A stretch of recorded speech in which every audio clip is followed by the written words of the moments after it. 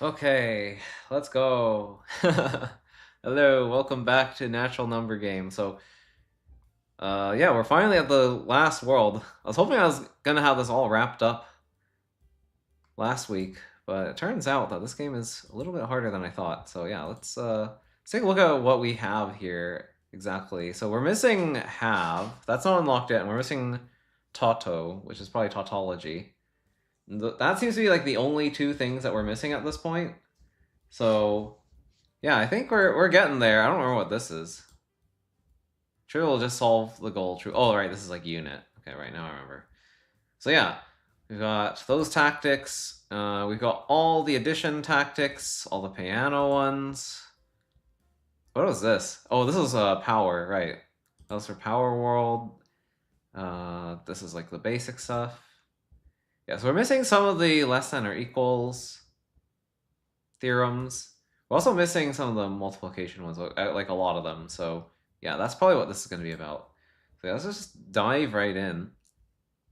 So advanced addition world proved various implications involving addition, such as x plus y equals 0 implies x equals 0, and x plus y equals x implies y equals 0.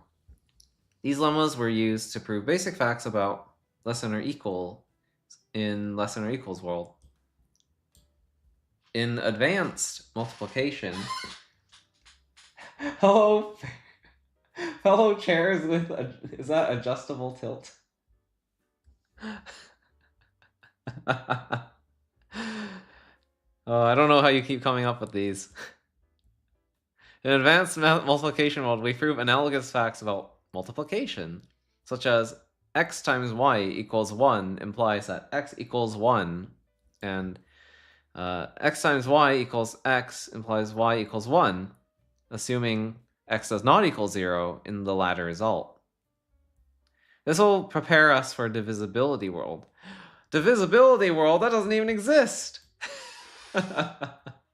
Multiplication world is more complex than addition world. In the same way, advanced multiplication world is more complex than advanced addition world. One reason for this is that certain intermediate results are only true under the additional hypothesis that one of the variables is non-zero. This causes some unexpected extra twists. Okay, interesting. Let's warm up with an easy one, which works even if t equals 0. All right. So, okay, yeah, no hints or anything here. We're just immediately thrown into this. So a times t less than or equal to b times t. Okay. Okay, so hold on. I'm trying to prove if a is less than or equal to b, then a times t is less than or equal to b times t. I see. So how do I begin? So this is my goal. There was a bunch of stuff that I was supposed to use when this was in the goal. I think it was use, actually. Let's see, how does use work again? With goals that claim something exists, you can use the use tactic, okay. So how do I use it?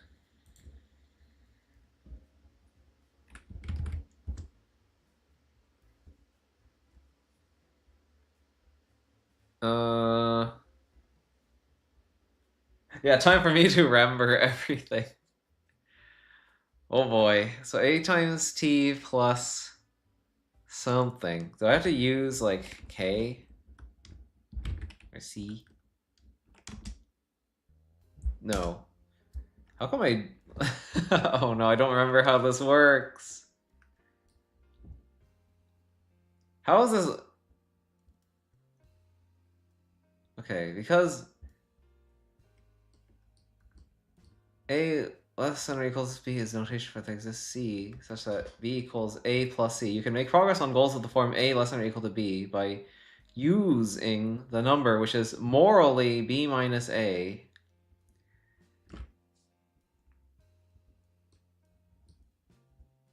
Any of the following examples is possible, assuming the type of the argument passed to the use function is accurate.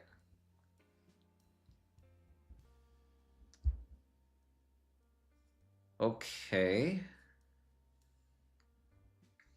Okay, so I guess I need to use something that already exists, huh?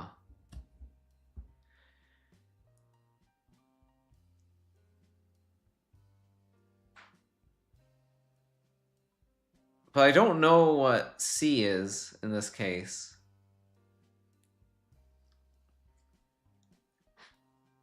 Because, like, B times T could be anything. Or could it, or, What am I supposed to, well, I don't have minus, do I? No, I don't have minus. So no, I'm not using subtraction here.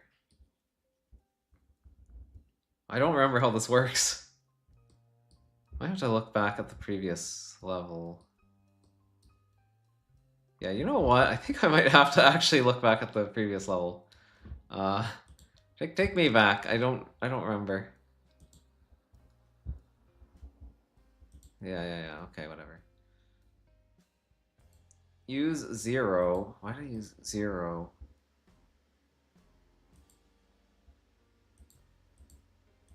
So here it was x less than or equal to x. I used use 0 to start this, yeah.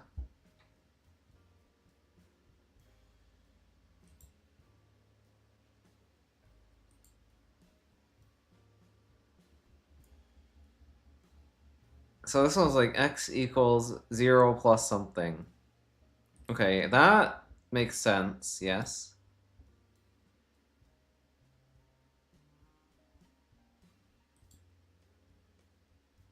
Okay, successor of x equals to x plus something. Well, that'd be 1. All right, I understand. I understand what you're putting down. So, like, my thought was it would be like, actually, no, I guess that's not right. What would I put here? I was like, it could be like b minus a times t. But I don't think that's right, is it?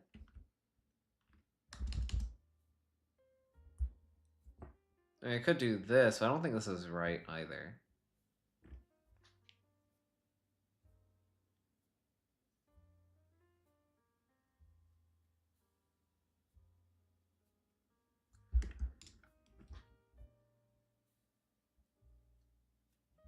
So what would I use here? Even if t equals 0. If t equals 0. Oh, so do I need to do induction on t? Or like do a case split on t?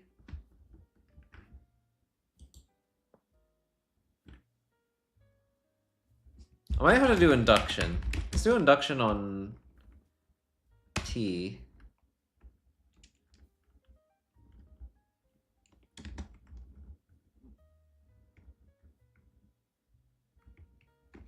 How do I use induction? With, okay, yeah, with DHD, sure. I feel like induction makes sense. You can deconstruct a less than or equals to hypothesis with a certain tactic.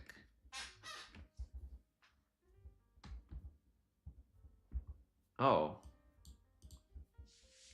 Was that one cases?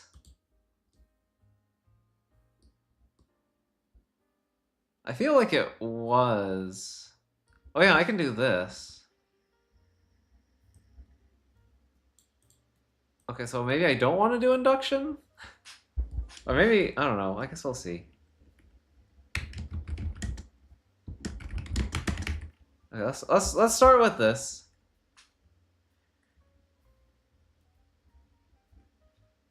Oh, okay, so that just... Right, that converts H into HC. So now it's an equality. But we still have the inequality on the other side. But maybe if I use now, it would make more sense.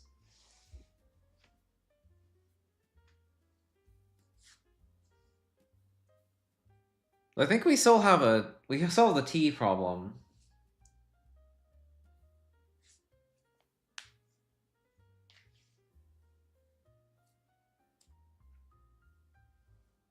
I still think I want to use induction, maybe.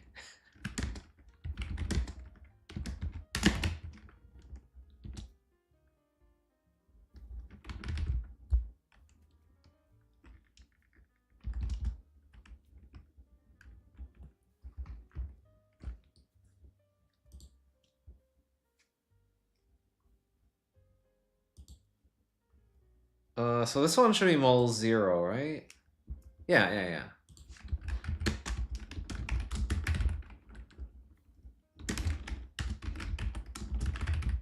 So do it twice, and then we will use the power of less than or equals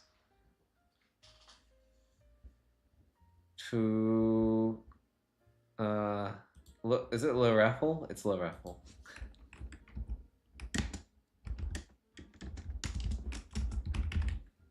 Oh wait, I need to like apply this or something.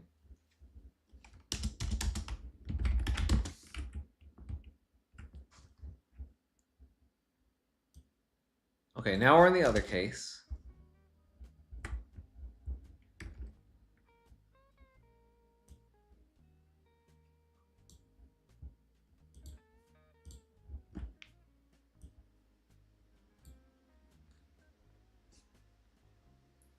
So A times successor of D is less than or equal to B times successor of D.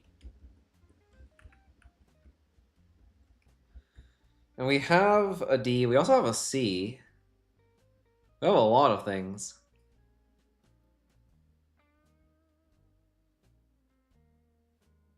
A times D less than or equal to B times D. Do I have anything that works with this? I guess do I want to use here? I don't know if I can. I feel like mul suck could be good.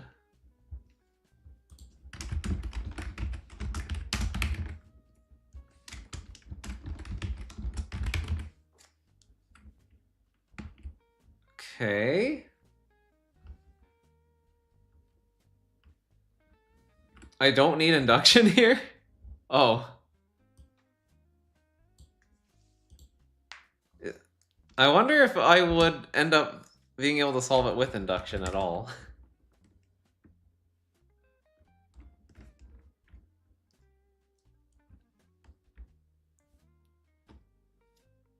Oh, this is confusing.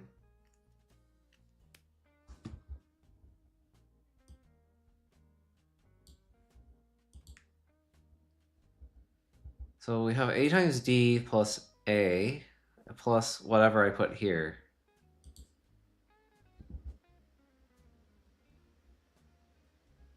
But then I only have B's on this side. Oh wait, I could rewrite my B's. Couldn't I? I kind of forgot about that. Ow. You can always solve anything with induction, you just do a lot of extra unnecessary steps. I guess that's true. Okay, well, I'm assuming that eventually I would get to a solution that way then. But I probably don't want to do that. So I probably should just rewrite with this, right? So I get this.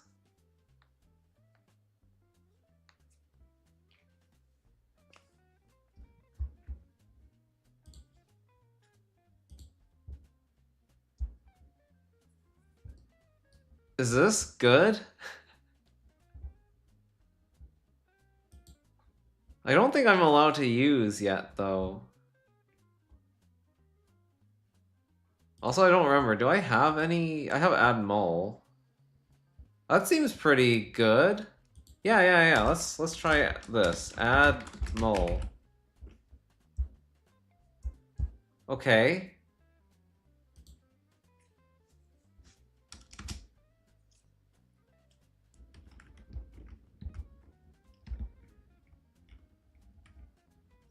So now what do I do? Do I use to get rid of that?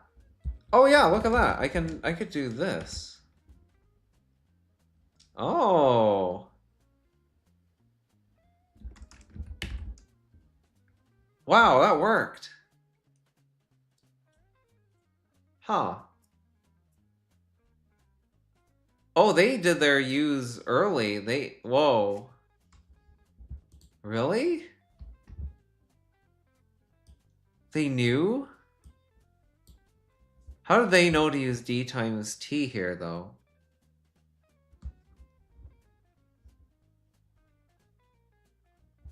Okay, I'm kind of curious. I'm gonna comment out what I have here. I guess I'll do this.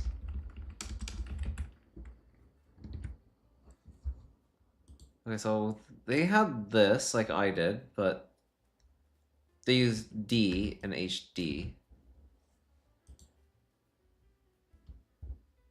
So how did they know to use D times T?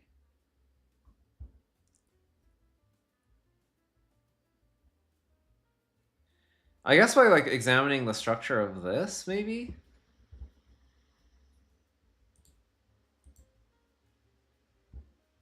My brain does not find that intuitive. I don't know. I just don't know how they came up with that. My brain prefers the way I did it, so I'm gonna do it my way.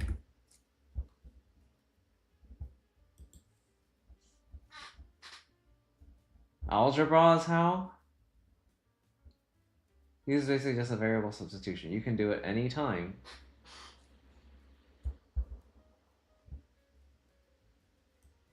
If you have completed algorithm world, then you can use the contrapose tactic here. Contrapose. I did do that. What is this? Oh yeah, this thing. I remember now. If we want to reduce this to a hypothesis b equals 0 and a goal a times b equals 0, which is logically equivalent but much easier to prove, remember that x does not equal 0 is notation where x equals 0 implies false. Click on show more help if you need hints. Okay. Okay, so now things are getting harder.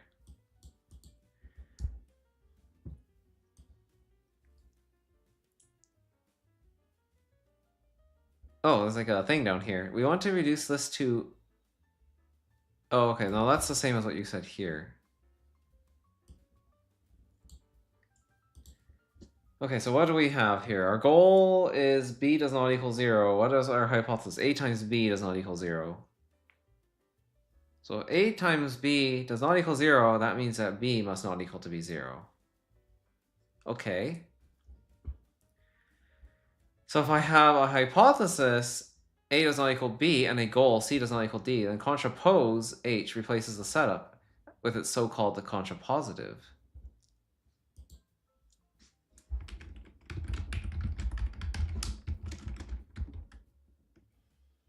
Oh. Okay.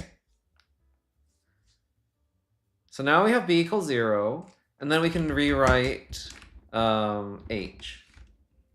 And then we can do mul 0.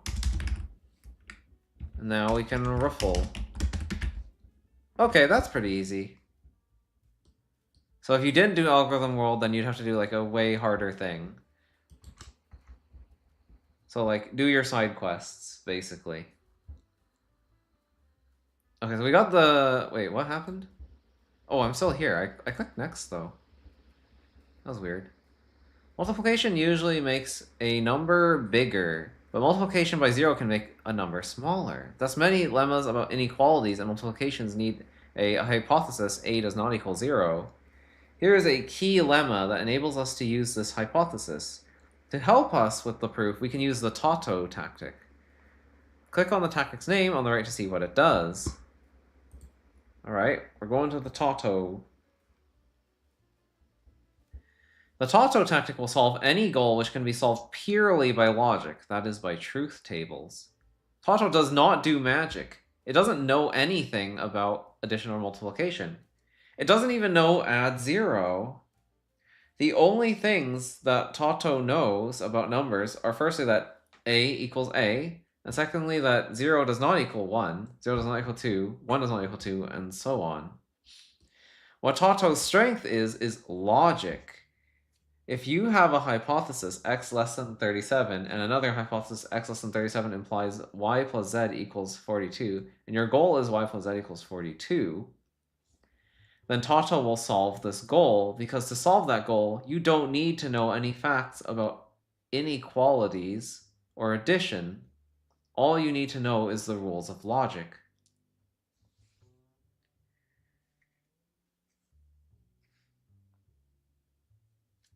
Huh? Oh, I see.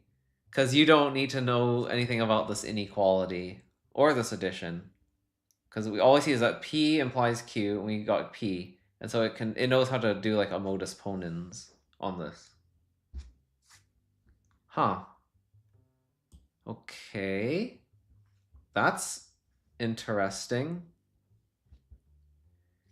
So by logic and by truth tables, you mean like classical logic, right? Like law of excluded middle assumed? This game is a Metroidvania. True. If you have false as a hypothesis, then Tato will solve the goal. This is because a false hypothesis implies any hypothesis. Okay, yeah, that makes sense. If your goal is true, then Tato will solve the goal. If you have two hypotheses, H1 a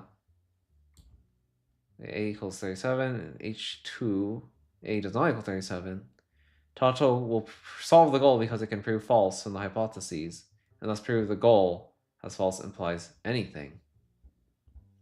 Right, because this would be a equals 37 implies false, and so you could apply this to this argument. Okay. You have one hypothesis H, A does not equal A, and Tato will solve the goal because Tato is smart enough to know that A equals A is true, which gives a contradiction we seek. If you have a hypothesis H, 0 equals 1, then Tato will solve the goal because Tato knows 0 is not equal 1, and that's enough to prove false, which implies any goal. If you have a hypothesis of form A equals 0, implies A times B equals 0, and your goal is A times B does not equal 0, implies A does not equal 0, then Tato will solve the goal because the goal is logically equivalent to the hypothesis. If you switch the goal and hypothesis in this example, Tato will solve it too. Is this like the contrapositive thing? It kind of sounds like that, at least. So, okay. I guess that makes sense. Start with cases A with D to do a case split on A equals 0 and A equals suck D. Okay. In the base case, we have hypothesis ha, 0 does not equal 0, and you can deduce anything from a false statement. The Tato tactic will close this goal. Eh?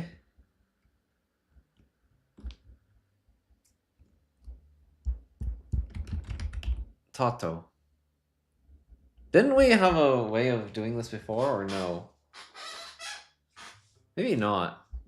Like, I was like, do we need Tato? Or is this just like a shortcut for something else? I guess I don't know. Yeah. Maybe we do actually need Tato. In the base case, we have hypothesis ha does not equal 0, or 0 does not equal 0. You can use anything from False statement that the top toggle closes goal. Alright, okay, yeah, I did that. Okay, so now you're not giving me anything. Okay, so the training wheels have come off. We need to figure out what to do from here. Yeah, this is easier? Okay, I see. So this just makes it easier. So there was already ways to do the things that we are doing with Tato. Okay, so we have there exists an n such that suck d equals suck n. Okay.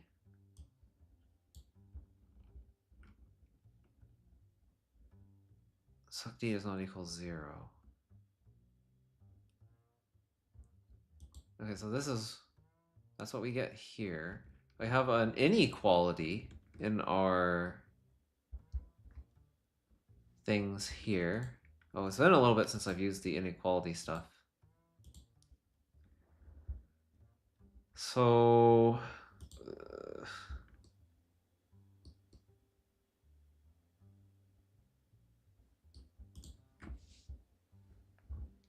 what if I just want d to be... Or sorry, if I choose n to be d, isn't that okay? Or am I not allowed to choose n? I mean, because this kind of makes sense to me, right? There exists an n such that suck d equals suck n. Well, if n is equal to d, then that would be true.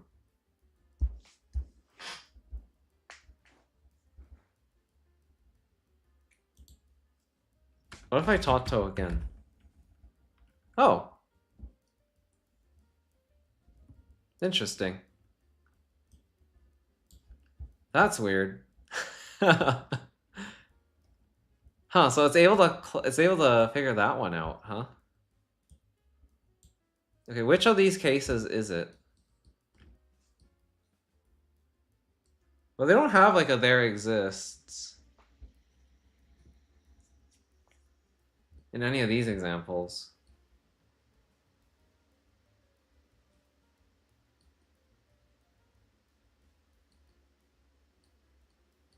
Huh. I don't know, it still feels like magic to me. It still feels like magic, even though like it's kind of obvious. But like none of the examples here exists. I guess there's something here that allows it to just work without needing to know anything about like exists. Is that what I'm supposed to deduce from this?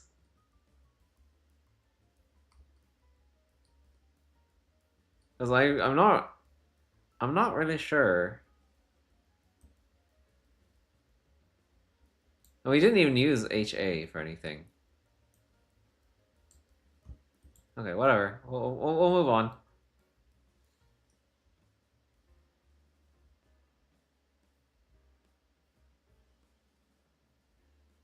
You think I should try the normal solution to get a better understanding on use? Is there a normal solution to this that doesn't really? This is a solution that doesn't use Tato here for this step? Oh, I could just do that. What? So I can choose that. Really? Oh, I did say that if the goal is an existential. Oh, yeah. No, I guess... Yeah, right. Less than equals is like syntactic sugar for this exists thing. Right? Where's use? With goals which claim something exists. Right. Oh. Huh. Yeah, I was expecting like the plus thing to appear, but no, of course, it's not a less than or equals. This is just notation for there exists a C such that B equals A plus C. I see. But it lets me choose the C when I use. So if I do this and then I ruffle, then it's okay. Huh. So that means that that means that Tato knows how to use as well and ruffle. I mean, yeah, it did say it knew how to ruffle, but I guess it does. It knows how to use. It didn't really say anything about that, but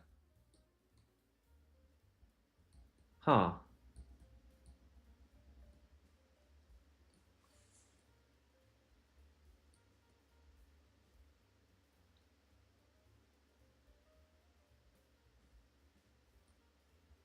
Yeah, huh. It doesn't say anything about that though. The previous lemma can be used to prove this one. It was a trivial case of use, so I was just able to use it. Yeah, maybe. The mysteries of the lean. The mysteries of the purple drink. So we got 1 less than or equal to A. We just unlocked eq suck of any 0. So eq suck of any 0 is a proof that assuming A is not equal 0, then there exists an n such that A equals suck n. Yes.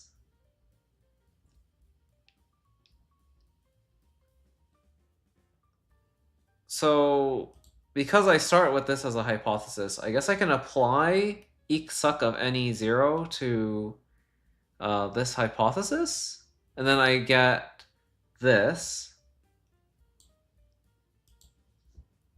Okay, so let's do that. Eq suck of any 0. We apply that to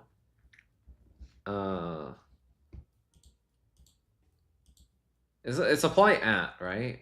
Apply at ha. Okay, there we go.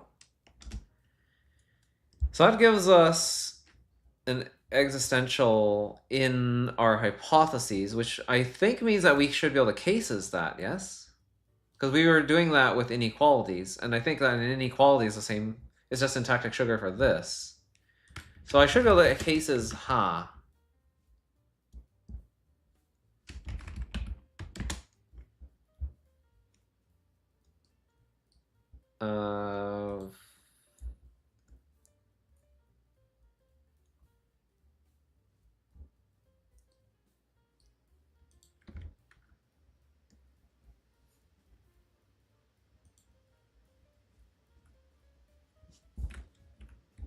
I guess it would be like HD? Or no? I don't have to do like DHD or anything like that, right?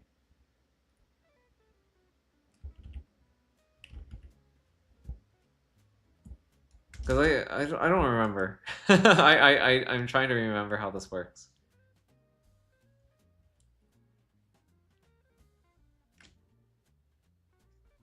I always forget like how many of these I need to introduce. For a number, it's just 1. Yeah, if n is a number. Okay. If h is a proof, for example, a hypothesis, then okay, that will break the proof up into the pieces used to prove it. Oh, okay. So I think this one is like like this. Because yeah, otherwise we wouldn't have a D to talk about here. Okay, so that makes more sense.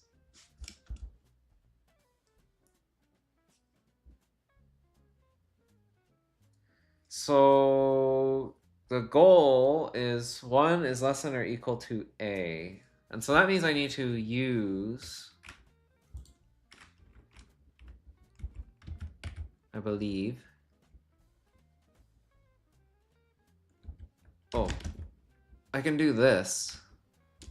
That looks right. And then, okay, so I need to rewrite you. I need to like swap you around. Is there like a... It's add com, right?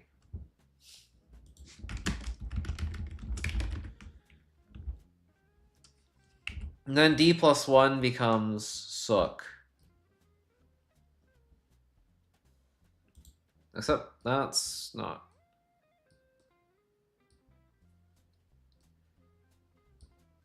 is there like a plus 1 equals suck or something? I feel like there's one. Yeah, it's you. Okay. Suck, eek, add. Oops. Need to actually hit that correctly. Oh, except it's the other way around, I guess? Okay, there we go. Now I can just, exact HD. There we go. Cool.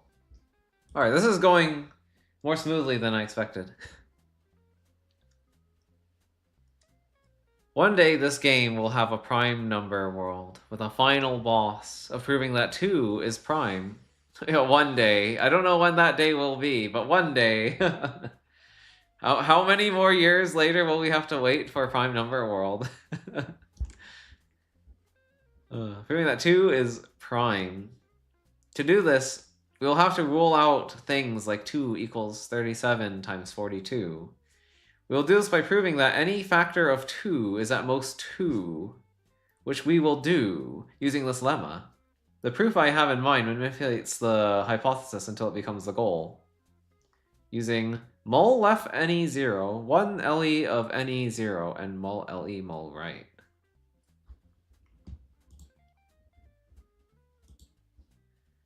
Okay, so that one that we just proved is going to be used. Mul left ne0. That's this. A times b does not equal 0. Implies b does not equal 0. Okay. And then mul le mul right. What's this? Oh, this is that one. A times t less than or equal to b times t. Right. Okay. I remember.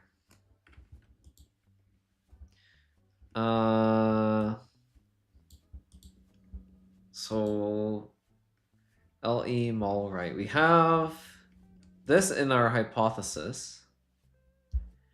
I'm trying to remember what did I just do last time when I had that in the hypothesis? It wasn't use.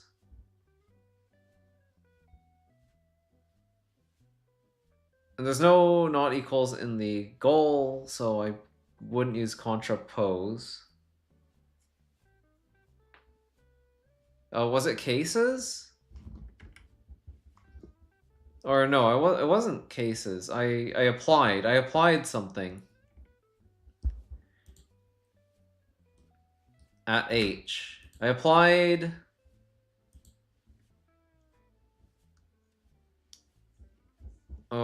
but wasn't that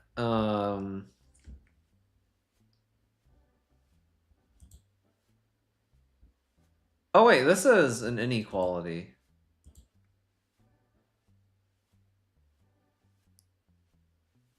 Oh, okay, so this less than or equals sign, I think it just stands for inequality, because like there's no less than or equals to in this at all. Okay, so this is like inequality. Okay, I see.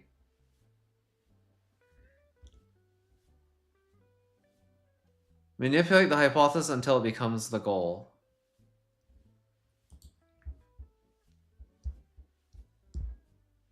So that's this one, right? Because this is of the same form. Something does not equal 0 becomes this. So I should probably just do that.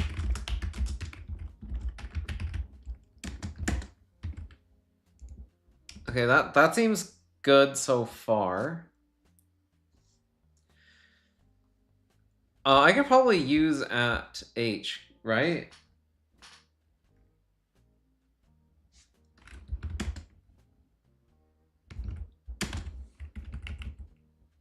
Okay, well, I'd have to choose something to use at H first before I start using. Um, but maybe I don't want to do that. Also, don't I need to turn U into an inequality later?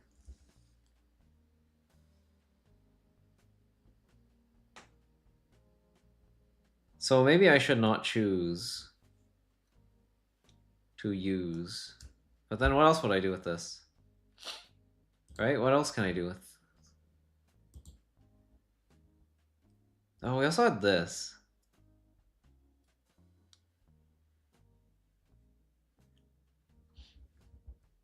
Oh, wait, yeah, no, that makes sense. Because that's what they want us to use. Okay, I didn't realize I can actually apply this as well. So this is a different one. That gives us a different thing. Okay, and that gives us an inequality. Okay. So that looks closer.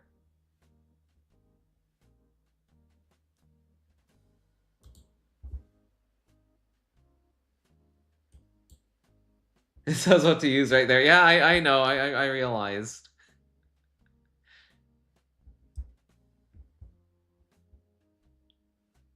Okay, so there's mole left any 0.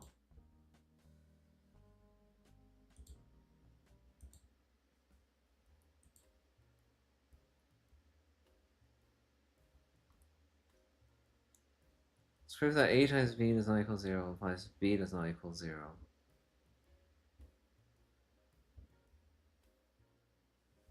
I don't have an inequality here though. I lost my inequality. So does that mean I can't use this now?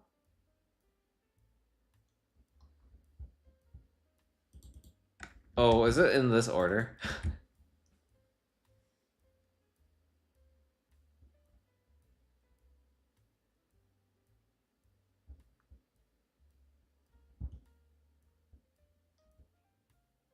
Oh, wow. I guess I could keep going with this, huh?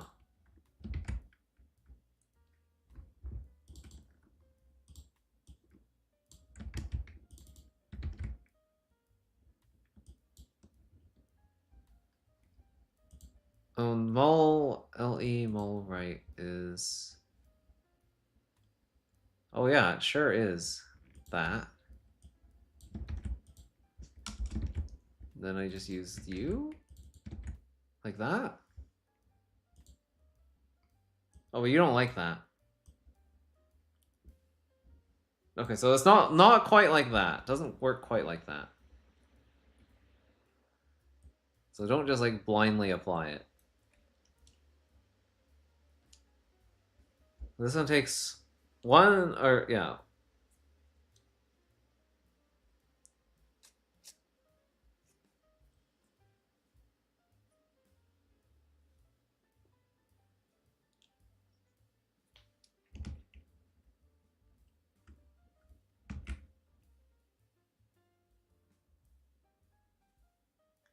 Oh, I guess this is okay technically, right? Or it just looks a little bit weird. But no, this doesn't look good at all. Okay, so I guess I need to like think through how I want to apply each of these.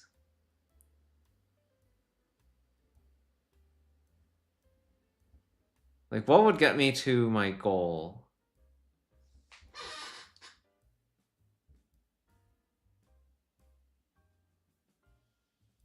Mole LE mole right has arguments that it cannot implicitly apply. It does? These ones. Do the other ones not?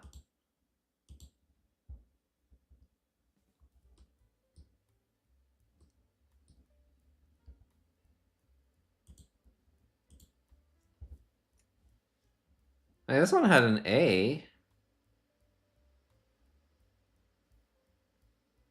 That's weird. I guess sometimes it works and sometimes it doesn't.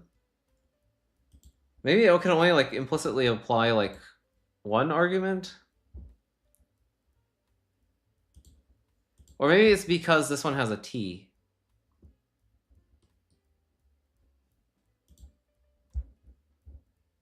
Yeah, this one had 2 and this one was fine. Yeah, I guess it's because of t. Okay, so I have to create a t for this, is what you're saying. So okay, what would this turn into? This would turn into 1 times t less than or equal to b times t. Okay, so my t should be a.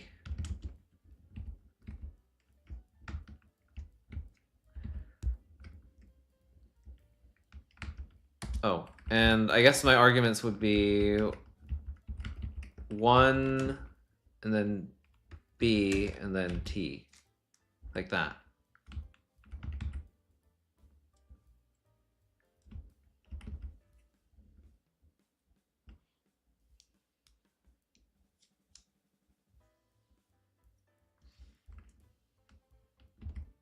But then I get this sorry.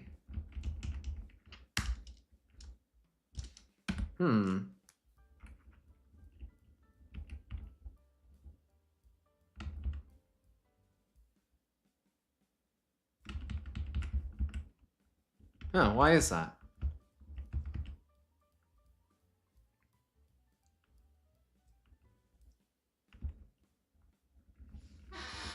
One is supposed to be a.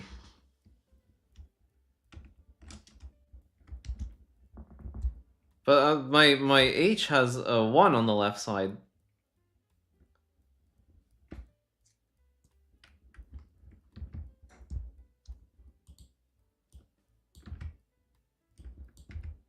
Oh wait, oops. Okay, I don't know what happened there. Right, this I deduced that this was a at some point, and then somehow when I was trying to plug in the arguments, I got mixed up. Okay, that makes way more sense. Okay, so now I can rewrite in my hypothesis 1 times a, so that would be like mol. It's like mol 1, but actually it's 1 mol. Okay, 1 mol.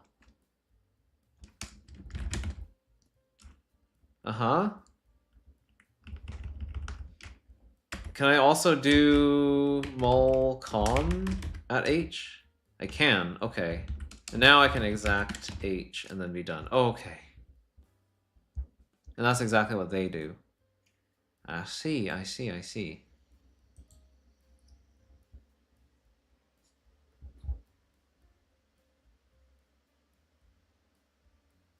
You said T? Oh.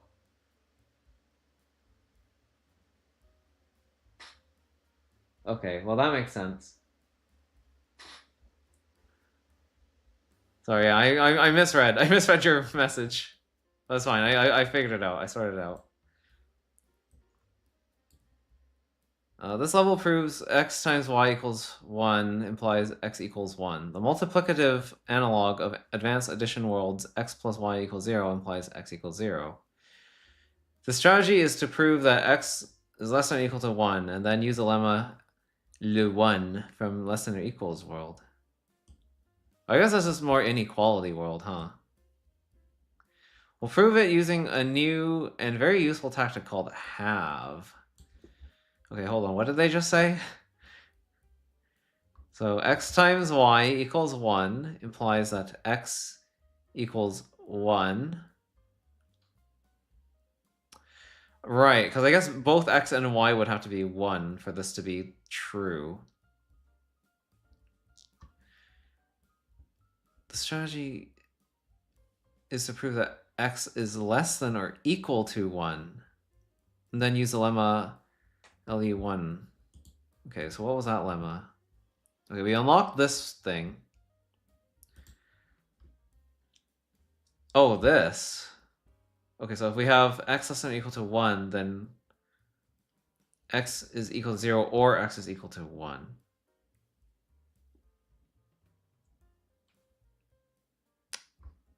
I see. And then we can use this from the result of that. I get it. Okay, and what does have do? Have is a tactic that can be used to add new hypotheses to a level, but of course you have to prove them. Oh, wait. This sounds familiar. But didn't we already have a tactic that did that? Or did we not? No, wait, that was lamb. I think we created like a lambda or something at one point. Oh no, it was intro, wasn't it?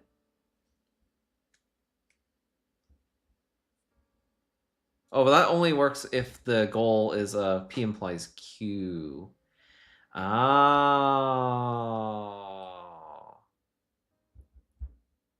Huh. Okay, yeah, that's the lambda thing.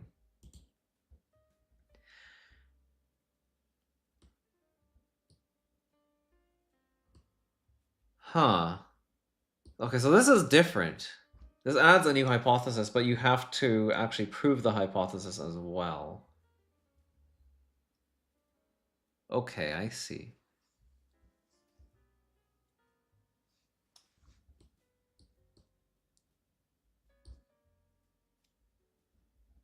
Okay, if you have A in your context and you execute have ha A equals 0, then you will get a new goal A equals 0 to prove.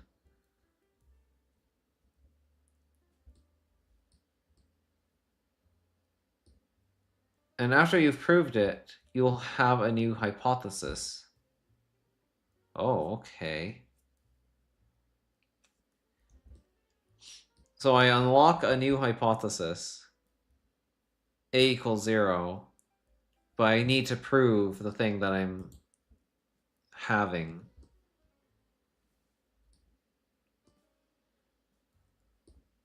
Oh, okay.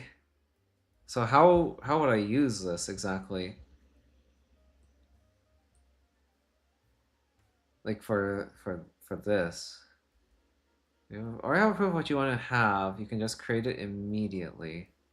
If you have A and B number objects, then have H2. You have suck A equals suck B implies A equals B. And then it becomes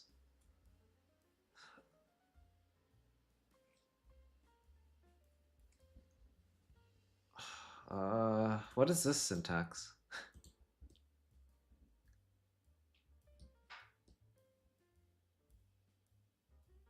Have I seen this? I don't remember seeing this syntax. Yeah. I guess that's part of have?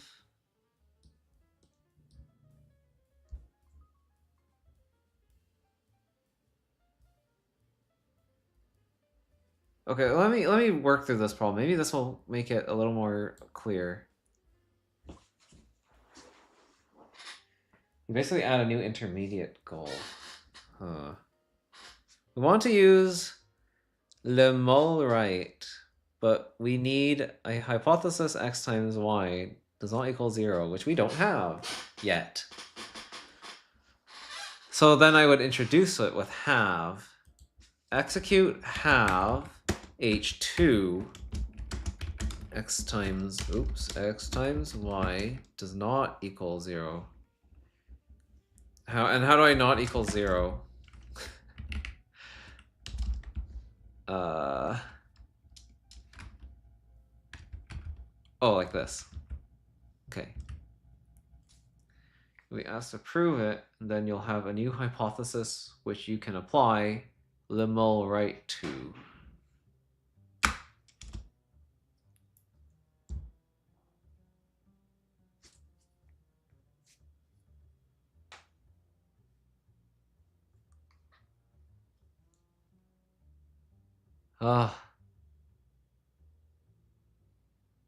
So I can't use limal right yet because I haven't proved this. So this creates a new intermediary goal. And now I need to prove it. Oh, okay. Sure. So this is like a subproof, sort of.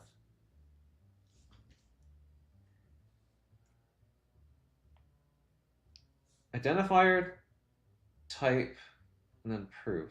Or with the equals. Is it? Are those are not equivalent though, right? Like whether it has the equals or not.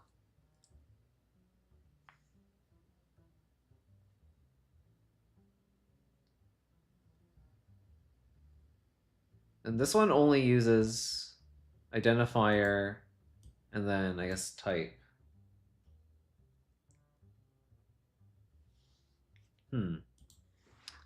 Very interesting, very weird.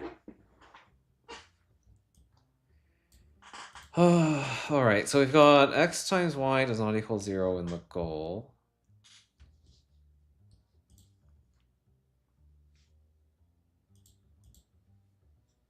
And we've done something like this before, where that was in the goal.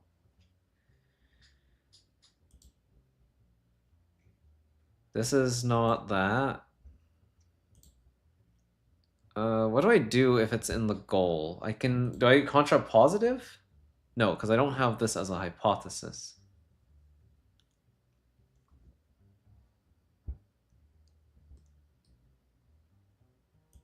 Okay, so can't use contrapose here. Was it? Well, no, this is more like a function. P implies Q. So I guess I can use intro here.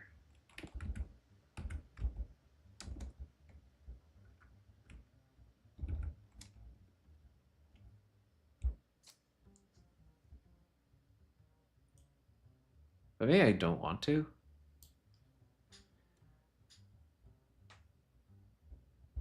Huh. That doesn't seem right.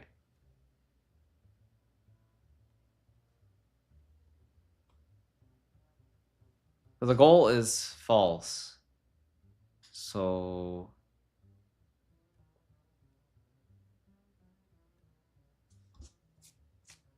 this seems like a place where I could Tato, but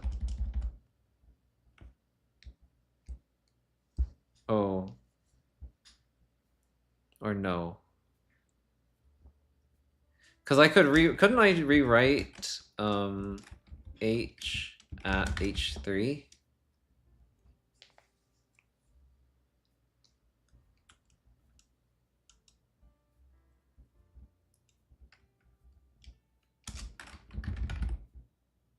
Okay, now I can Tato with that.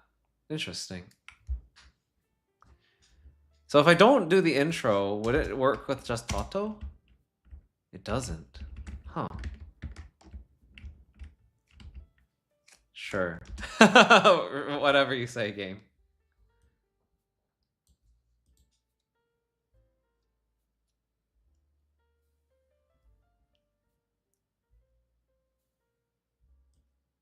Okay, so now we're here.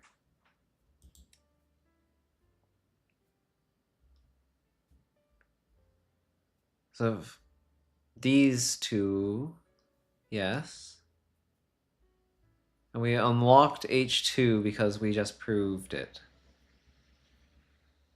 So does this imply another rewrite? 1 does not equal 0. I mean, that's just vacuously true, right? Like,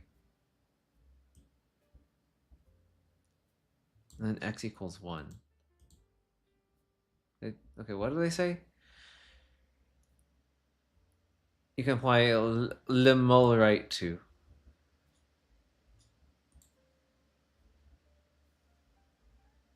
So if I have a proof that a times b does not equal 0, then I can get this inequality. Okay, so I don't want to do this.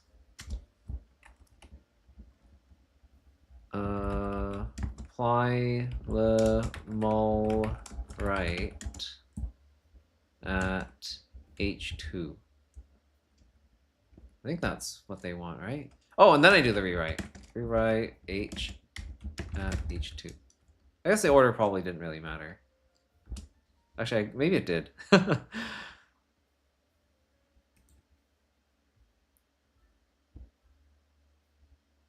Then we do...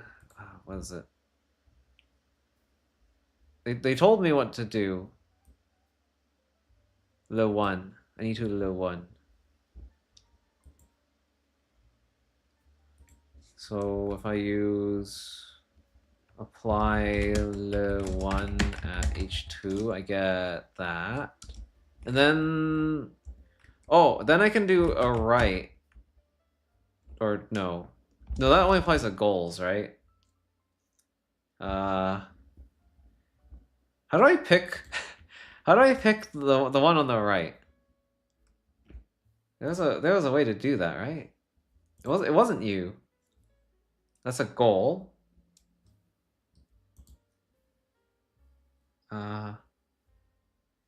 Is it just use?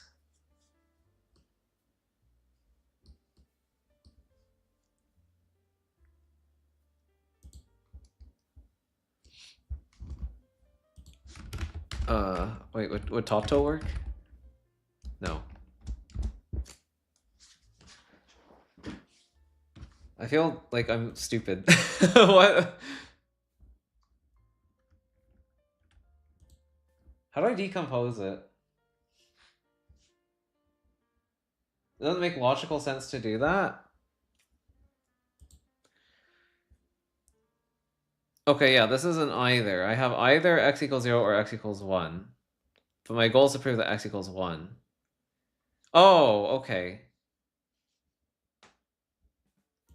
I could case split on this. But then if x equals 0, then I couldn't possibly prove that, right?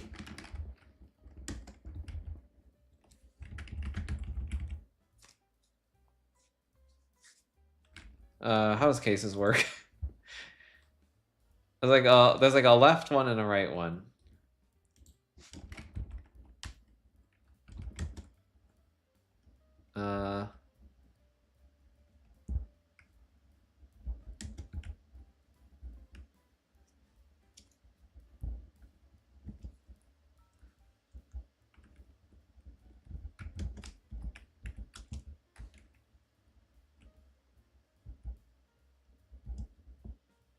But I can't prove that 0 equals 1.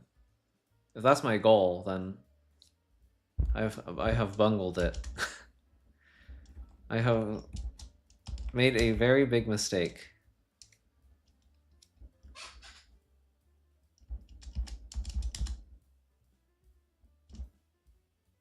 But I also have h. H times y equals 1. But no, that's a circular argument if I'm trying to say that that implies x equals 1. Because that's what we're trying to prove from h.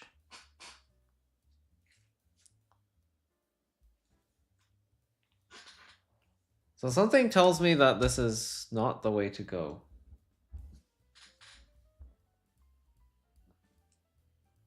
Unless you have a contradiction in the hypothesis?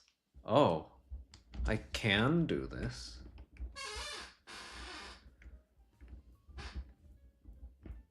Oh, you're right. Hold on. You're so right. Because I don't have to rewrite there. I can rewrite somewhere else.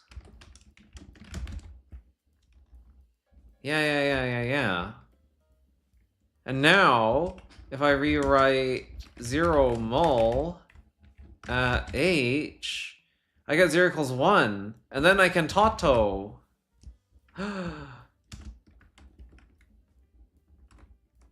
Okay, I see. And then now I can just use exact R, and then we're good. Okay, cool. Oh, wow. Yeah, that's tricky. That was kind of tricky.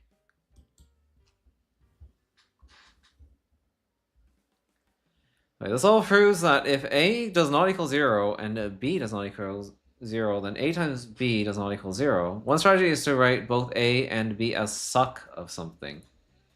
deduce that A times B is also suck of something, and then apply 0 any suck. Okay, so you're kind of telling me what I should try to do, like the overall strategy.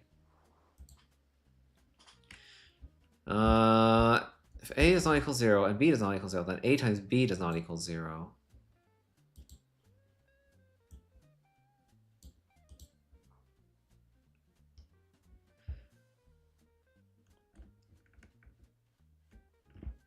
Oh man, this is getting hard. I feel like I have so many like options now.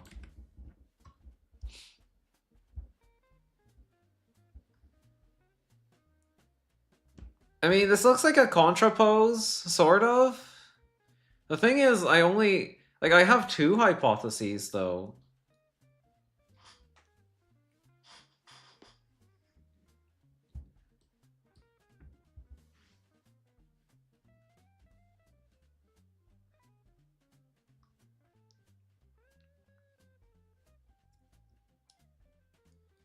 Yeah. Oh man, this looks hard. Because I can't use contrapose here if I have 2 hypotheses, can I? Or do I do them one at a time?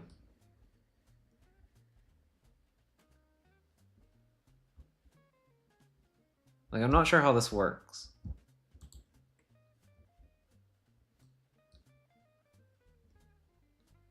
I guess I can only replace one of them? Should I even do this, though? Is this even the right thing to do? I mean, it sort of has the form. They also have...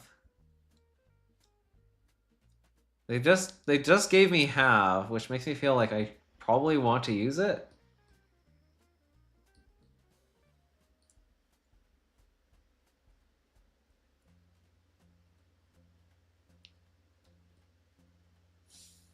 What does 0 NE suck?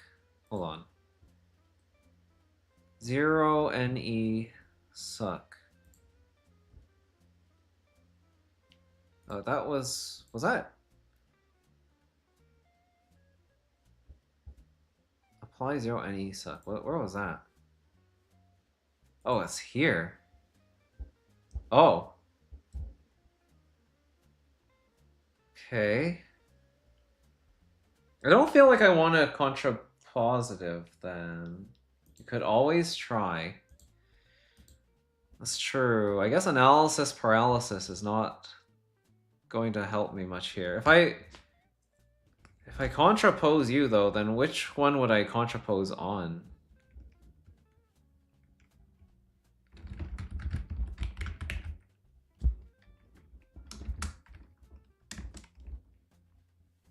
A? Oh wait.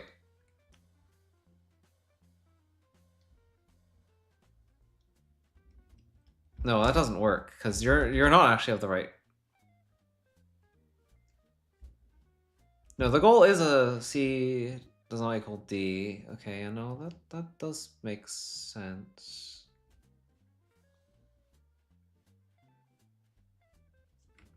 Oh wait, sorry. Contrapose HA. That's how you use it. Oh, that's a funky looking notation. Okay. I don't think this was the right thing to do. I have a feeling I probably did not want to do this.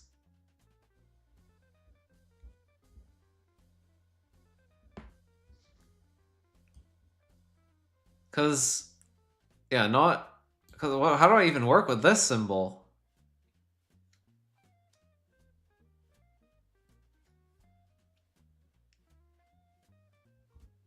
I forgot the exclamation mark. Oh, you're right. Ah. Whoa, wait, what? Oh,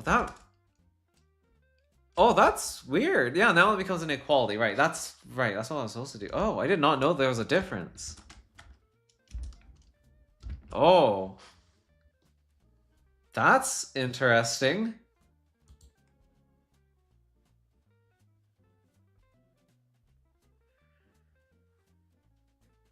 Uh, so I need to prove that A equals 0. Wait, didn't I literally just unlock a thing that proves that... Oh no, that was for 1 though, right?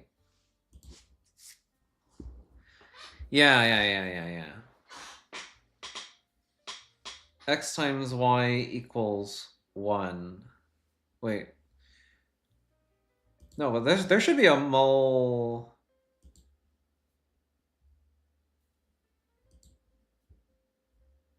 Like if A times B equals 0, then they...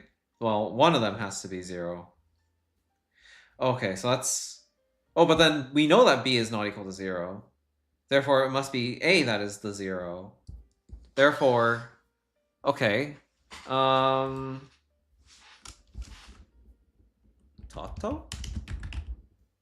No. I mean, I just applied a chain of, like, reasoning.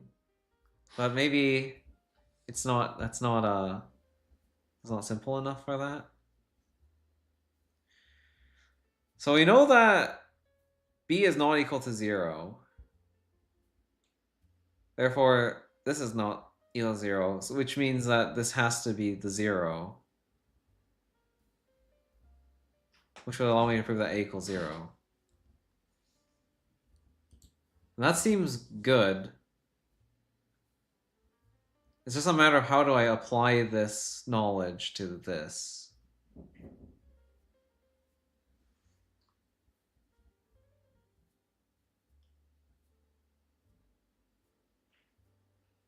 One of the strategies is write both A and B as successors of something. This that A times B is also a successor of something, and then apply this.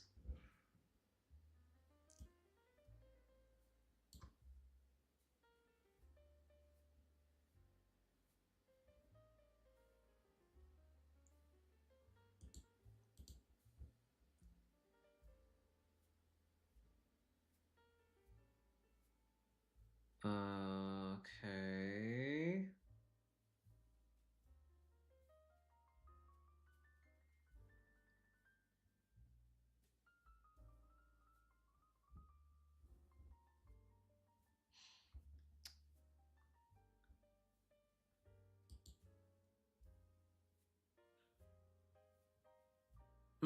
So if I want to write A and B as successors of something, how would I do that?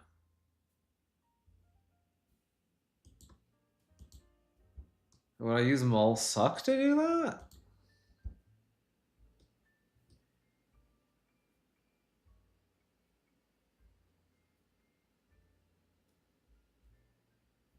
This is not really the same form, though. No. Could I case split on A and B? Is that what I'm supposed to do? Because I could do that, I think.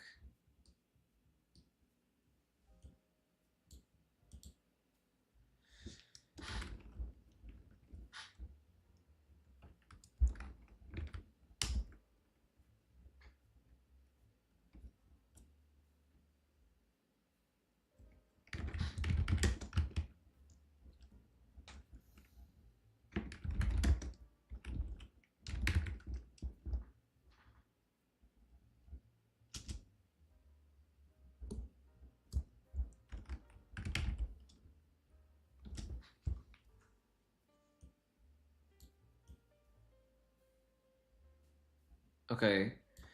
We know that this goal is impossible, but we also know that we have a contradiction here between these guys.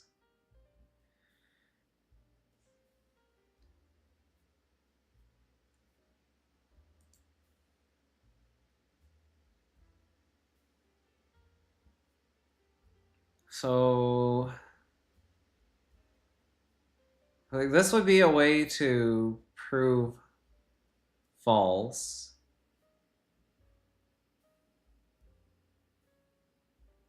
Somehow.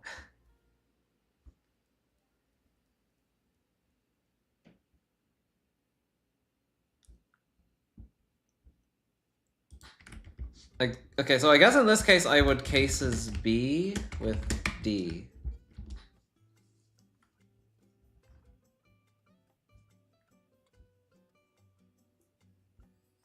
And we have a Toto thing here. In this case, sure.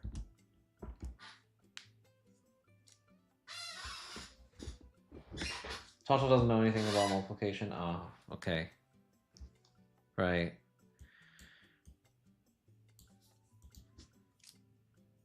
And we have suck D times suck C, or suck C times suck D equals 0. We know that suck D does not equal 0.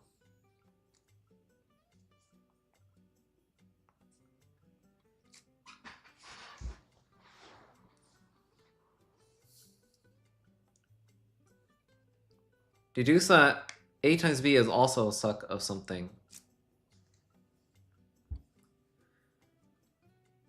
Is there not a tactic that lets me do that? Oh, maybe not. I thought we did prove something similar, but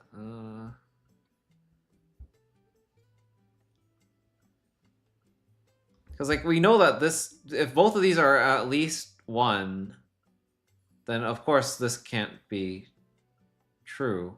We know that this is a bogus hypothesis.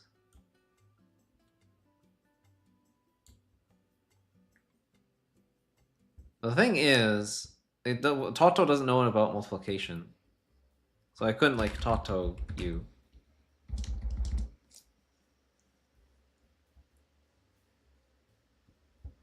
Deduce that A times B is also suck of something. How?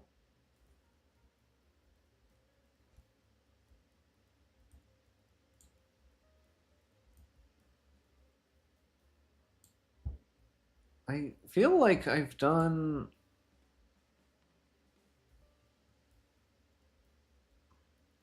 Okay, it's not you. Oh, how do I close this?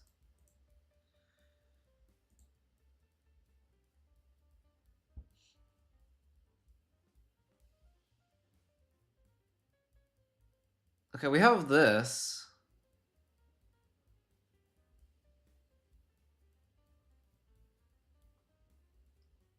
So if A times B is not equal to 0, it's not the same as successor, though.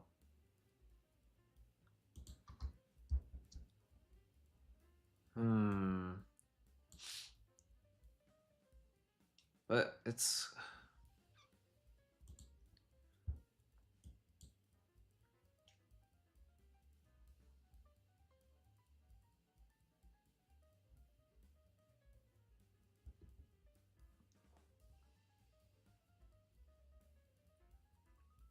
This kind of puts me in the same place as before, actually, now I think about it. This doesn't really change anything. I still have this... Yeah, okay, never mind. That didn't really do anything for me. Now that I'm looking at this. Okay, so I don't think that was a useful move. That's not what I want here.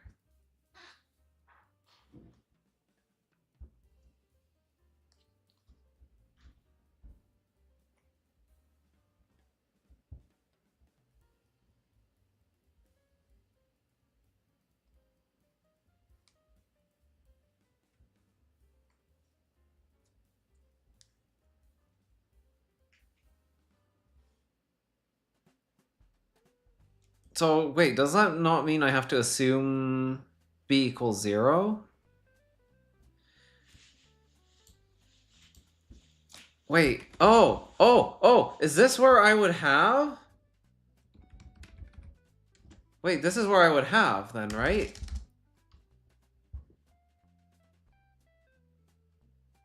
Because I can prove that, if I have B equals 0, then I would be able to prove... oops, I need to give it a new name, right?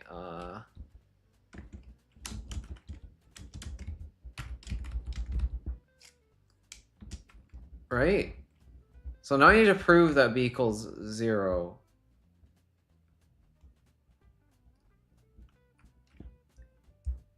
And the only way that would be true is if... I mean, like, I can prove that b equals 0 with this hypothesis, somehow.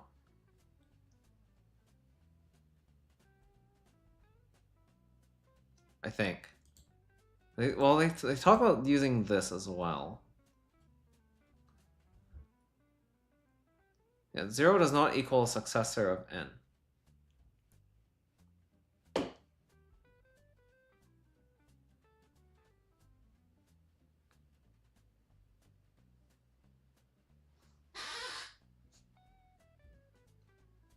You think I should abandon the contrapose? Oh.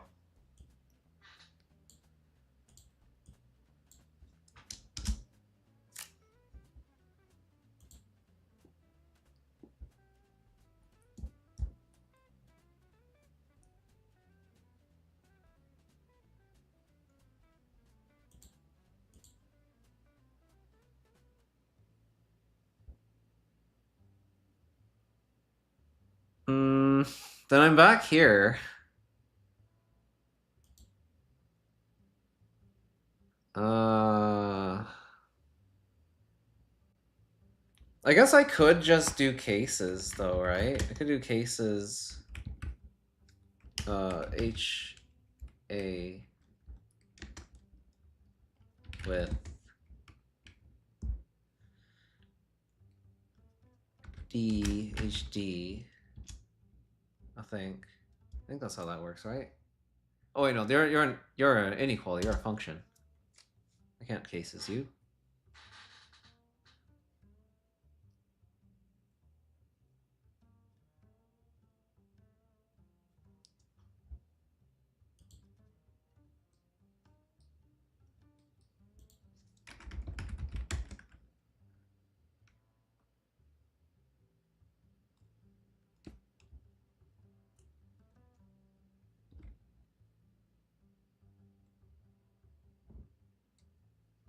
Is this useful?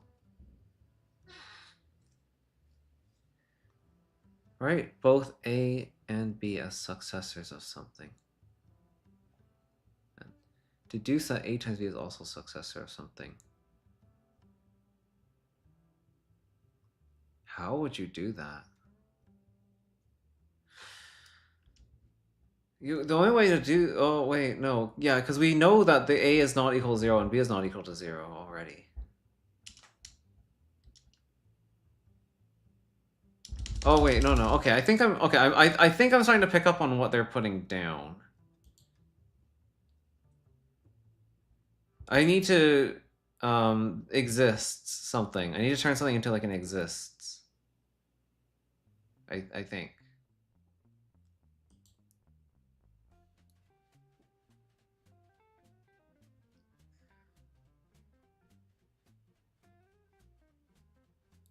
One strategy is write both A and B as successors of something. Yeah, a successor of successor of A, but then I would of some A, right? Like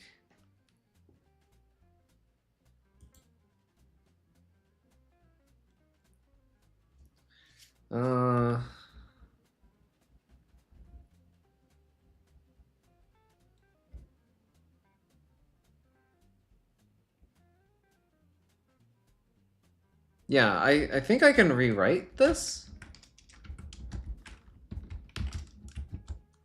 Wait, oops, it's this.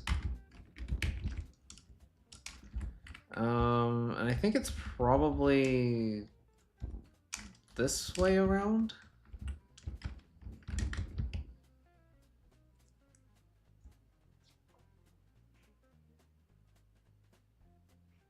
Oh, right, no, but you're not of that form. Right, you're an inequality.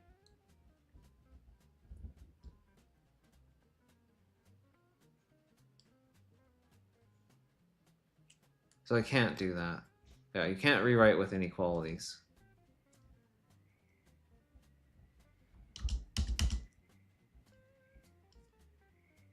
So wait, what am I doing?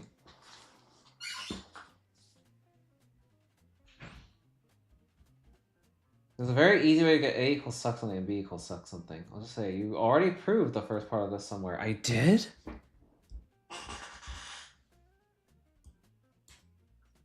A equals suck something, B equals suck something. Is it not this, though?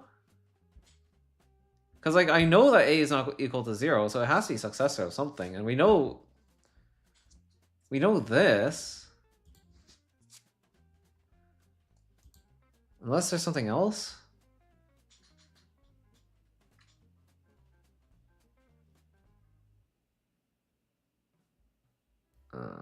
What is this? No, I don't think that's useful. These are all inequality. Oh, we have suck any 0 for this.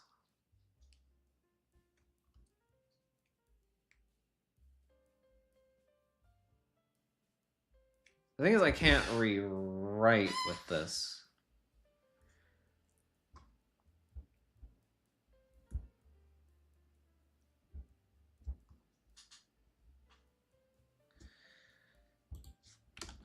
So if I... Okay, hang on. So if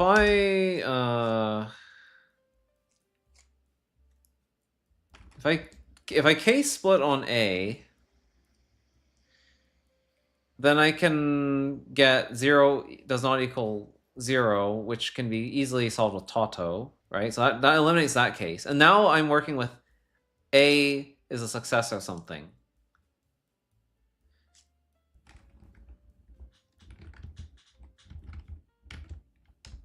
And do I... Okay, is there a shortcut or something? It's in this tab. There's something here? Oh, is it like... Is it this? Ah, this thing gives us an existential... Right. Ah, yeah. That's exactly it. Okay.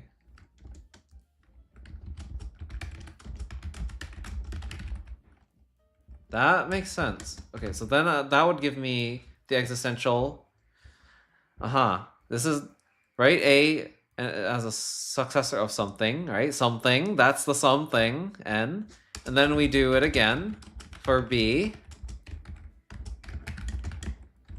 Oh.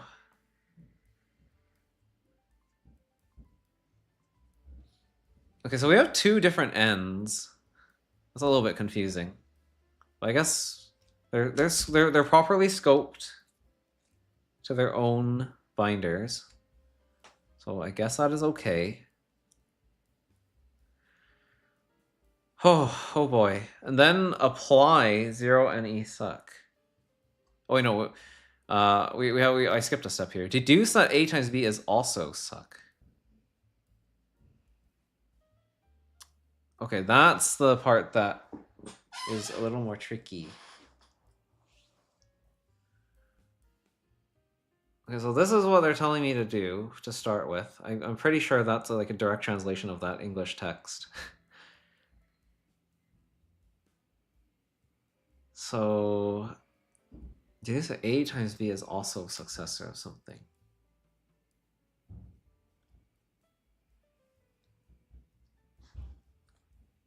How would I do that, though?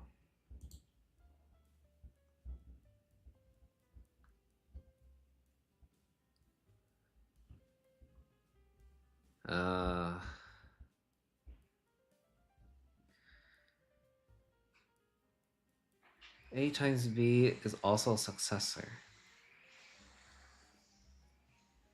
Oh, but you mean just do it again, but on the whole thing? But no, oh, but I can do it to the goal. I can do it to the goal.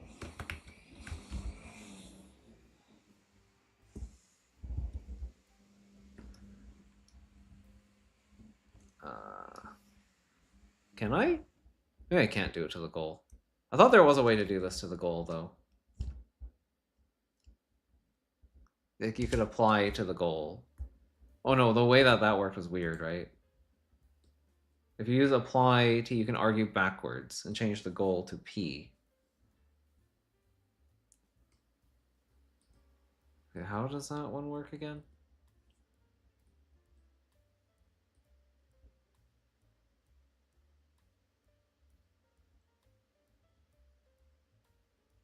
Okay, so no, this doesn't work because I can't argue backwards, I believe.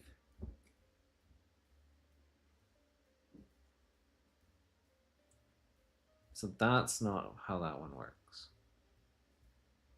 Right, let's abandon that then.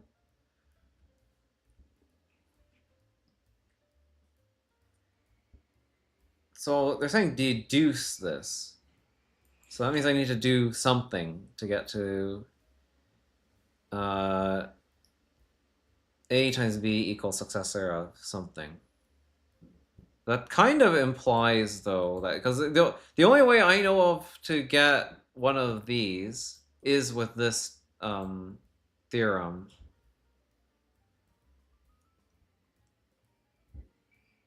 Eq of NE0.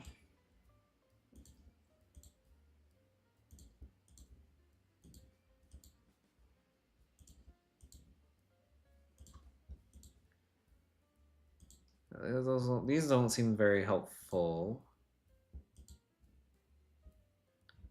Okay, we did just get this, but I don't know if that's useful.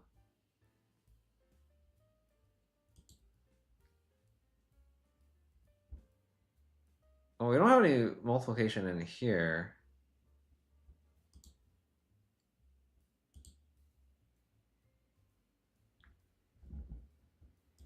Okay, now do I want to intro?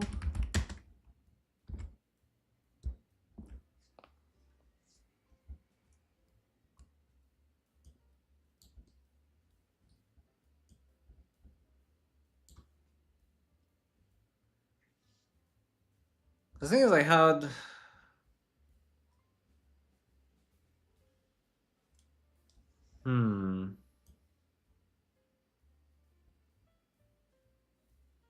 I don't know. I feel like that's not it.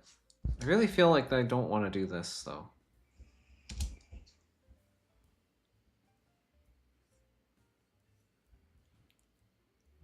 There's a lot of tools. Okay, well, what can I do with these? These are both existentials. I can cases them. Right? I can split those.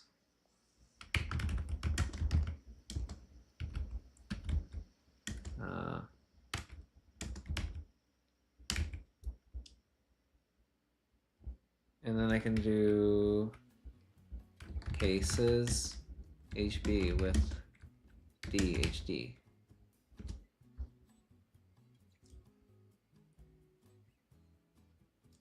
Like that's what you do with your existentials.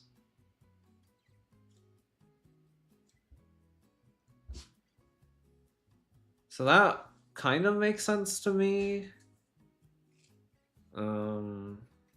What can I do with this? Rewrite?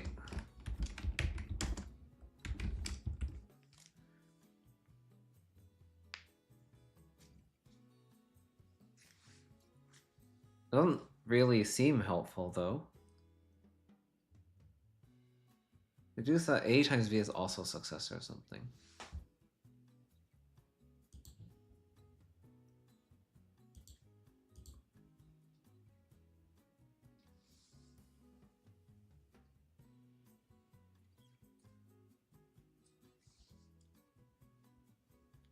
No, that just seems to me like...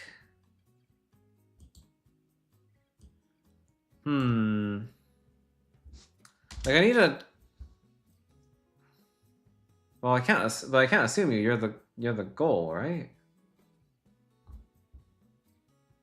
Do I need to have? Is this a have level?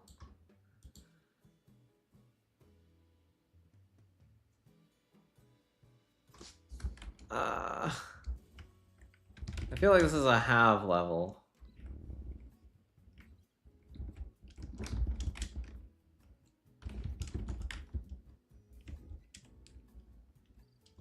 But they're saying I need to deduce that, right?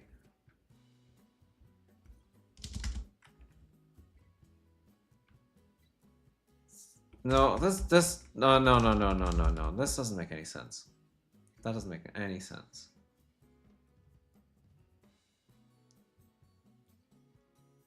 Because I don't have anything else to work with to prove that. That doesn't make a lot of sense to me. I guess I could do that as like an intermediary goal, but I don't know how to type the existential anyway.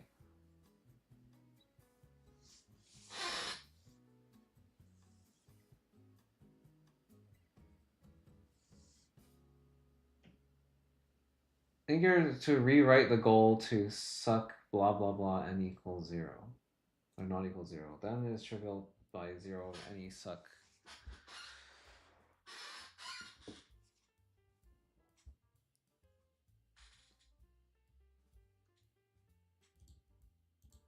Rewrite the goal.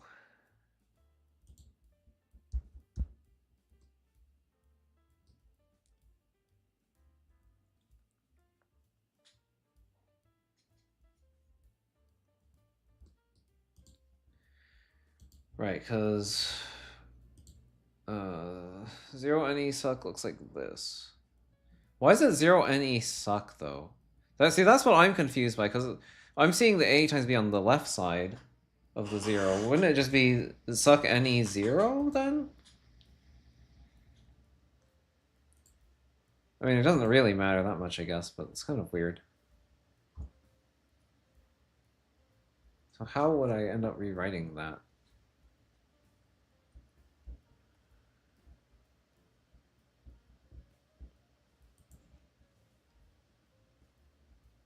So this whole thing would have to be successor of something.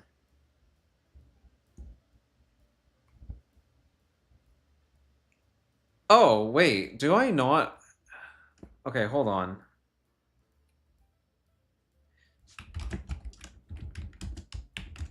Because now we have successors. Oh, wait, what happened here? Oops, these are the wrong letters. Yeah, because now we have successors here. If I have a successor times successor, is there not a multiplication rule that implies that that would be a successor as well? Or can I not pull out the successors somehow?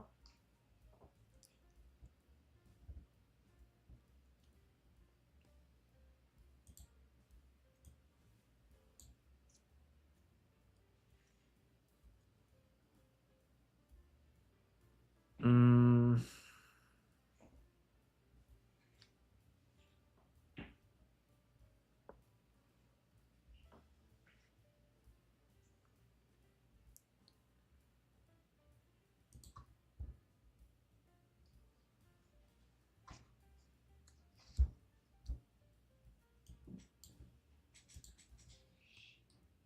No, you're not helpful. I mean, this looks kind of like what I want.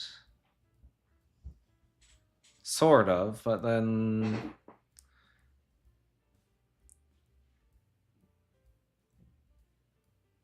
I feel like there was a successor somewhere. This feels so familiar. I proved this before. Wouldn't be you. But I feel like I should be able to pull this successor out.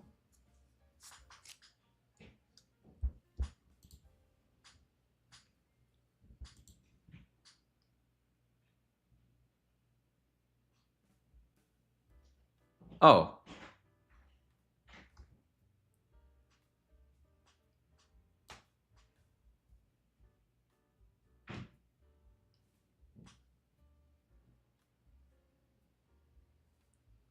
Okay, well that's no, that's if we have that. Uh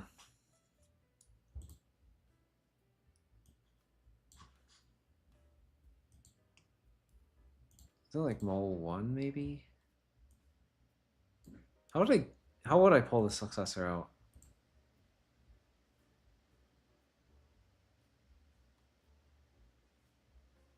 Hmm.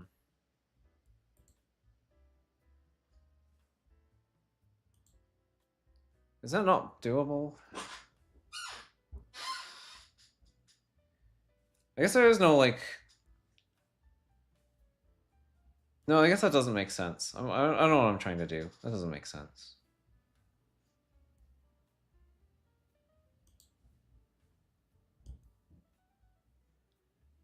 I feel stuck. I just need to lean my way there.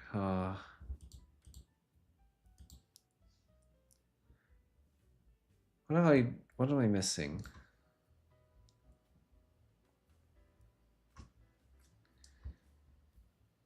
I guess I could mole suck, maybe? Because, like, I do have an A times a successor of something. Okay, fine.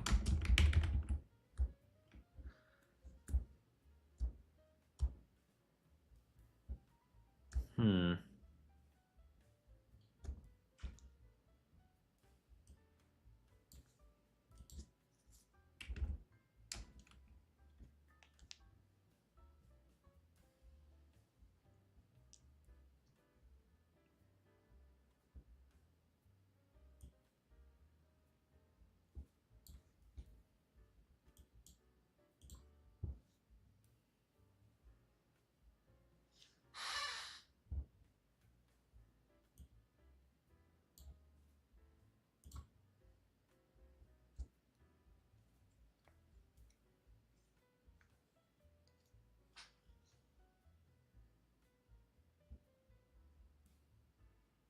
Okay, so this whole thing is an addition now.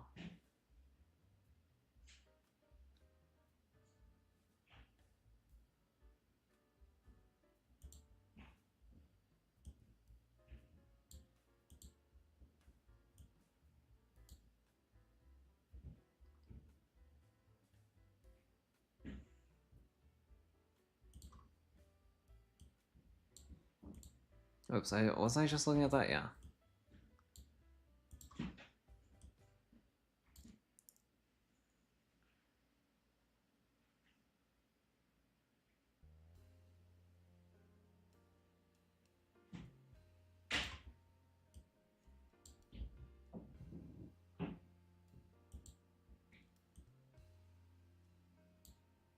Oh. Oh. Hold up.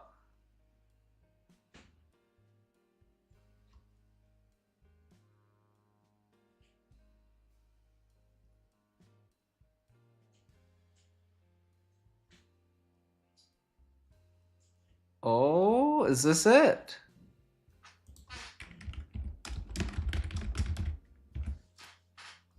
No.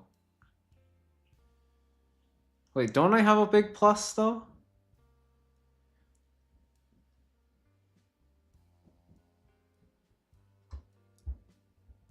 It's suck A plus B. This is suck A, yeah? Oh wait, no, there's a multiplication here. Ah, the multiplication is okay. No, I have not done it. Okay, so the multiplication is still a problem. Because that's still the top level of this.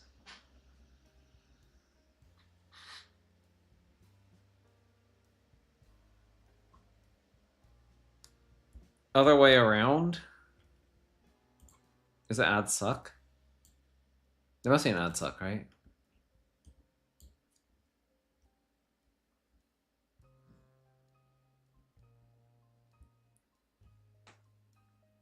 Oh, yeah. This would be my A, and this would be the suck B. Okay, no. If I add suck. There we go. Okay, finally. Now I can do apply 0 any suck. And then I win, right? No?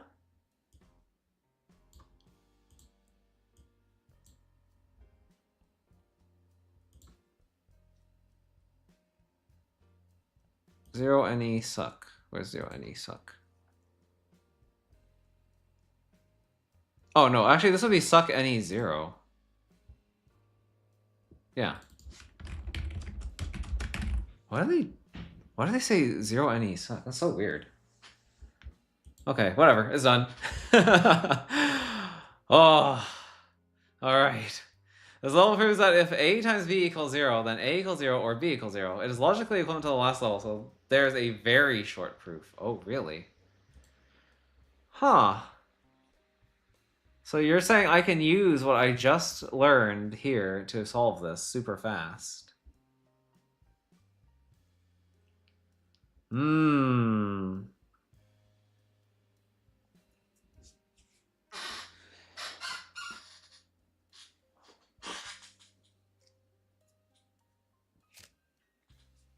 Interesting. So A is not equal 0 or B does not. Okay.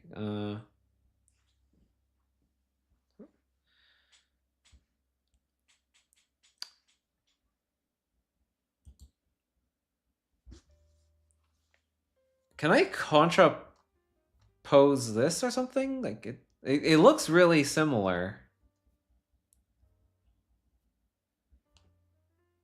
It looks very similar.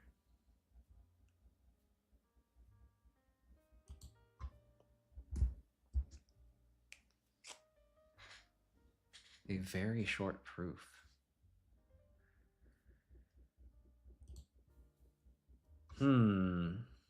Okay, but the only assumption we have is that A times B equals 0.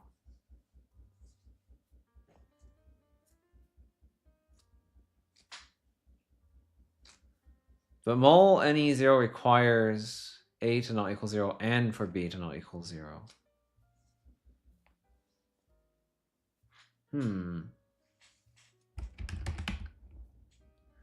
So if I go left,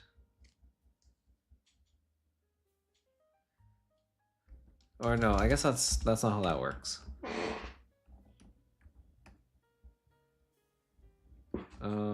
Do I need a case split on A or something?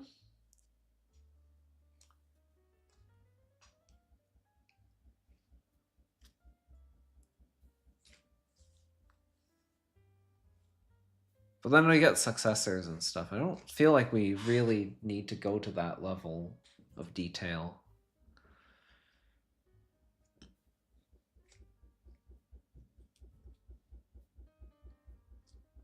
A times B does not equal 0. Oh wait, but if I have A times B does not equal 0, and I have this hypothesis, that creates a contradiction, right?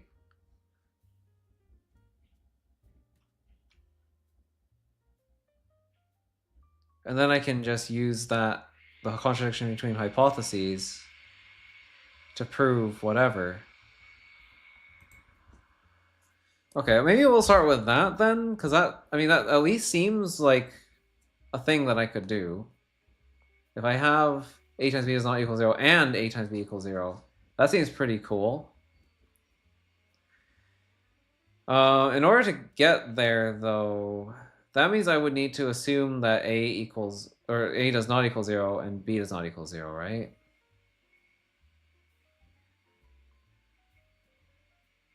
Or I need to get those hypotheses.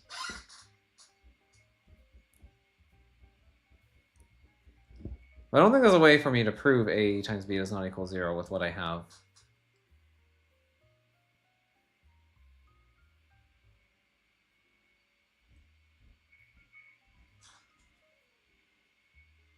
How do you easily prove something that can be easily proved purely by logic? Wait, really?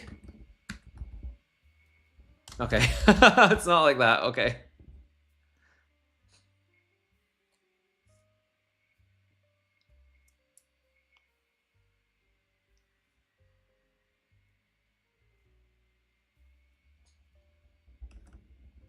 So it's not quite as simple as just go and use Tato. No, of course it wouldn't be, because then I wouldn't be using this at all.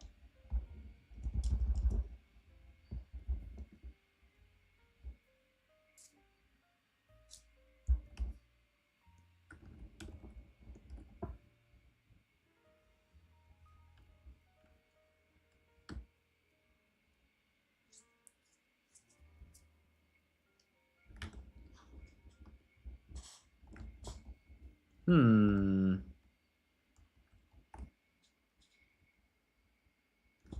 You need to have that last theorem first.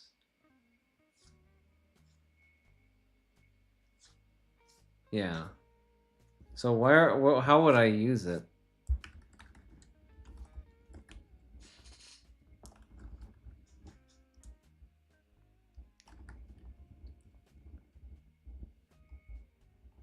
I mean, I have this.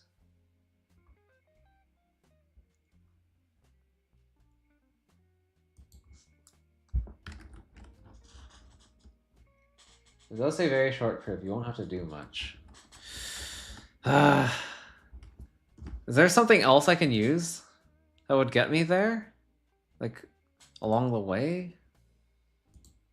It's not this, right? Like, can I contrapose this theorem somehow? I don't think that's how that works.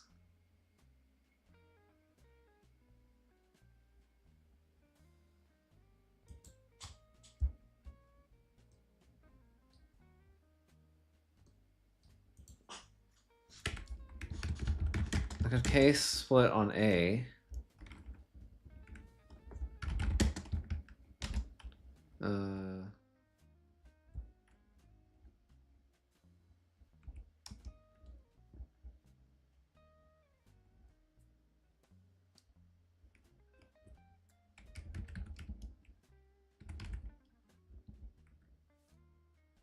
Then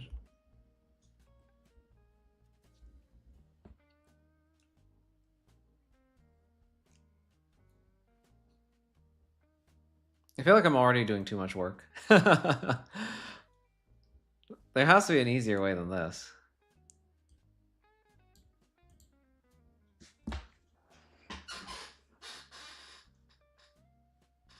A does not equal to 0. B does not equal to 0.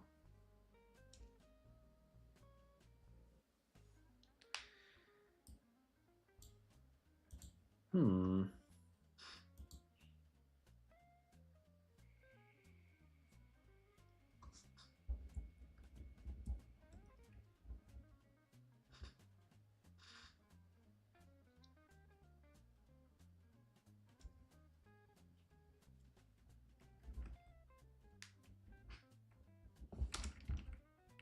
I mean, I guess in this case I could prove the right side. Because, yeah, this is successor something times B.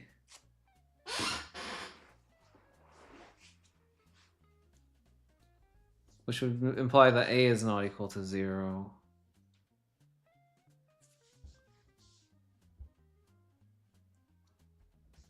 The proof is 2 lines? Oh my god. No way. There's a 2-liner for this?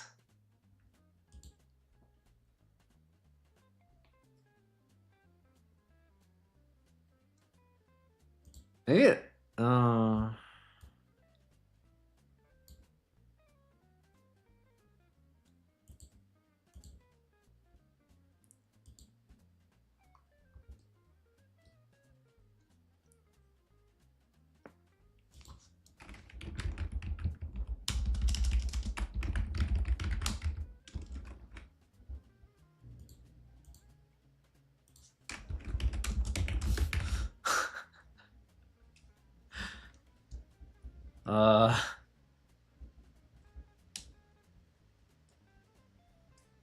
No. Do I need to have? Is this is this a case where I need to use have? It's 2 lines? What can I do with mul any 0 with all this?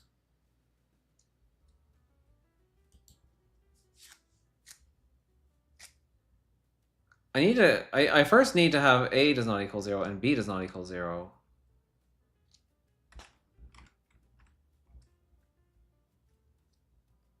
Which I don't have.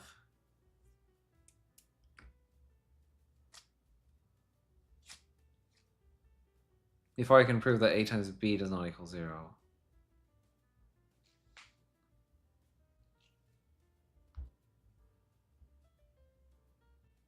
Think about what you need for Tato to work.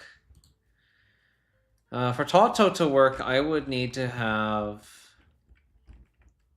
HA, which is this thing, and I need to have then I need to have the result of this, which could just be, I don't know, like HD.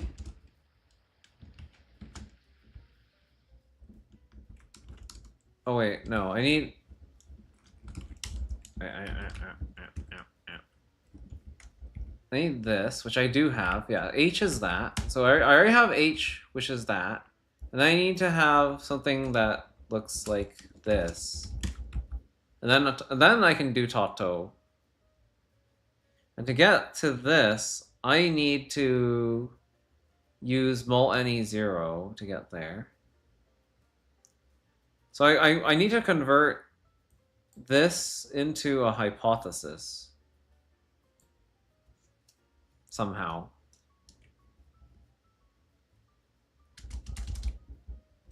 So like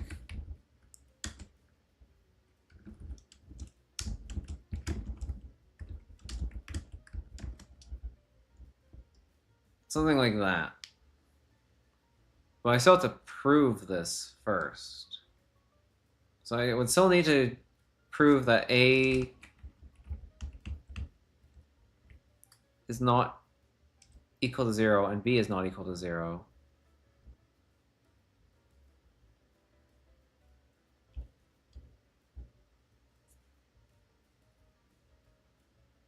But I can't do that.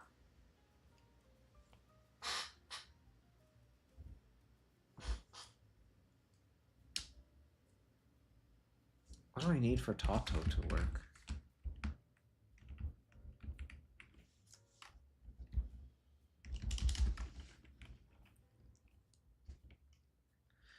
The thing is, I can't just use apply with this, right?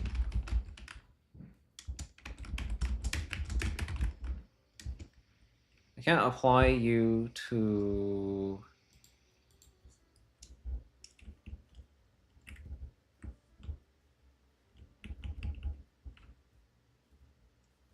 both of these. Like, I mean, if I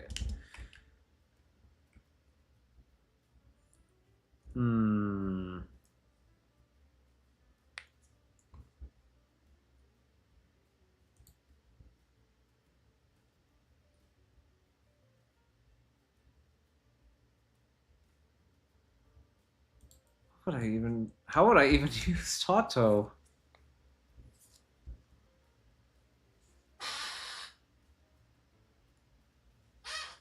Tato. What do I need for Tato to work?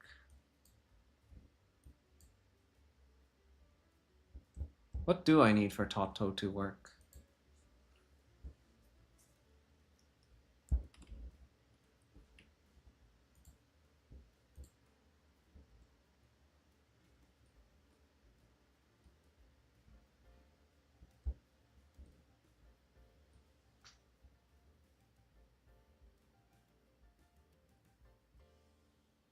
Right, it's not magic.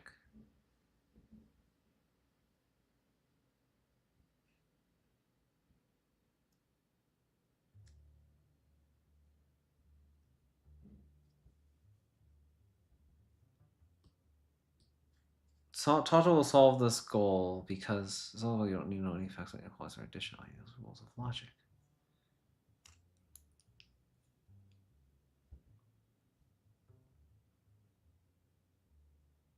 So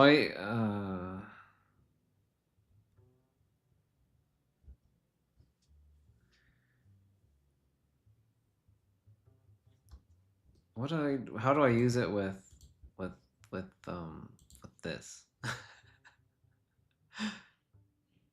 What do I do with you? A very short proof.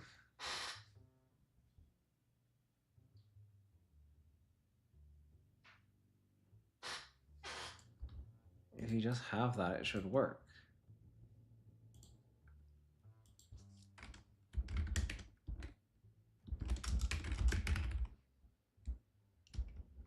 Oh, you mean like actually have it? Just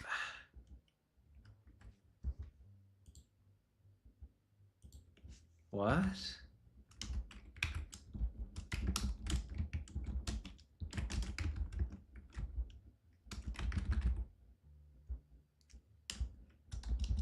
No.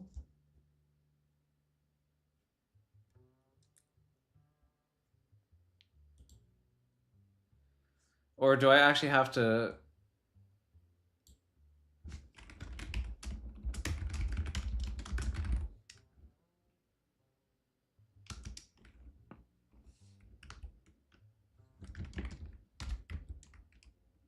Oh wait, I don't have any. So I think I might be stupid here. I don't really know. I don't really understand.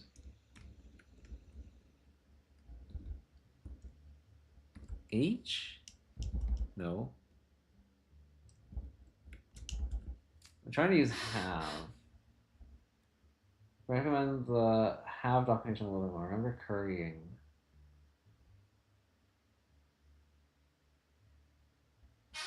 Okay, I need to read the have again. I don't remember have. How does have work? Add a new hypothesis. Yeah, you can use this to add new hypotheses to a level, but of course you have to prove them. Simplest usage is like this. If you have A in your context and you execute have HA,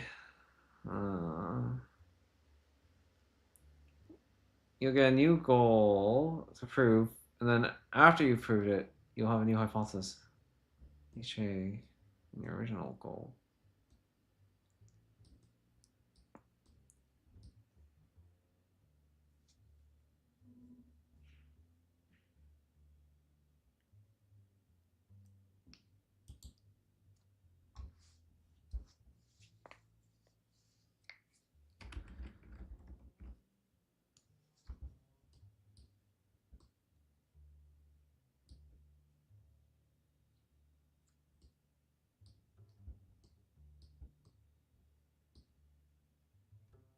If you already have a proof of what you want to have, you can just create it immediately. For example, if you have A and B number objects, then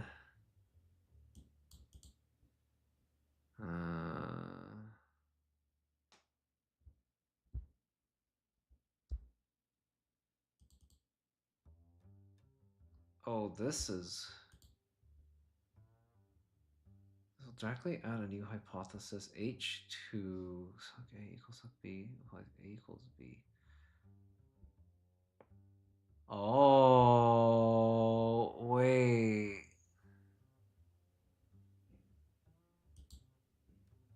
What?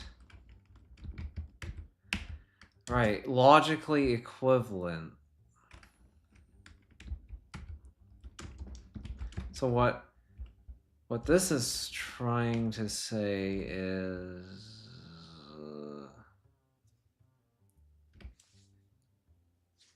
I need to use this thingy.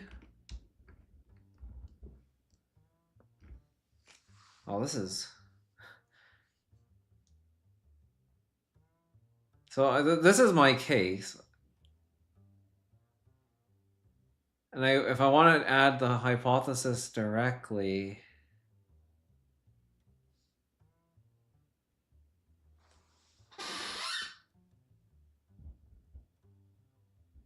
you might have had an easier time doing it normally.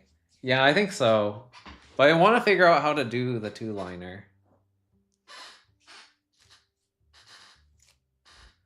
I want to understand have, because like it seems useful. I just don't really understand this syntax fully.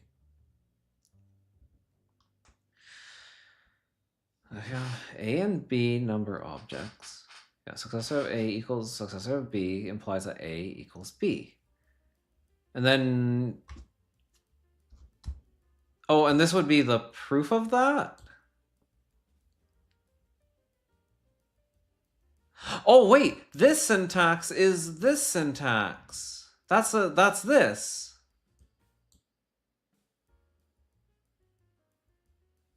Oh, oh, oh, oh, oh, oh, oh, oh, oh, oh, oh.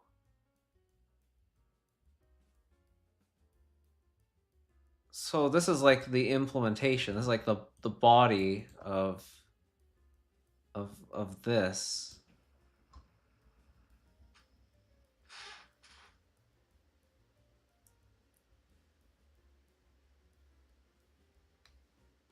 So this is sort of like creating like a lemma.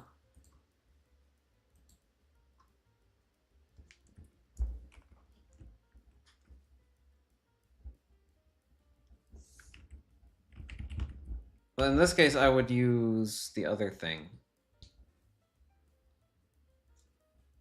Because suck inj AB. What does suck inj AB? Let me read that again. What does suck inj AB look like?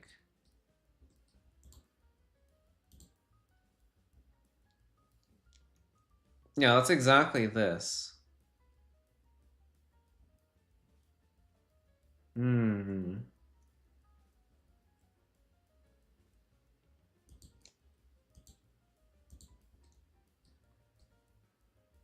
Okay, I think I'm slowly piecing things together.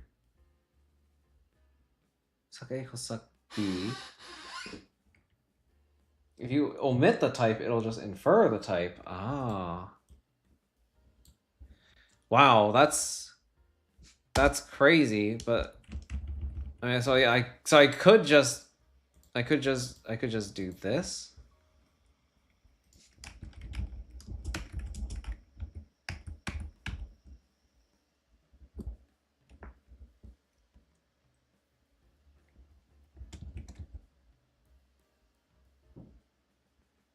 Oh wow.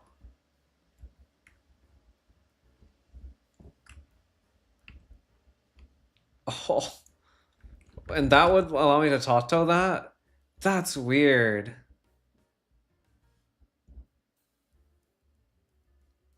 And that's their short proof. What the hell? Yeah, getting there is that is like a leaf and a half.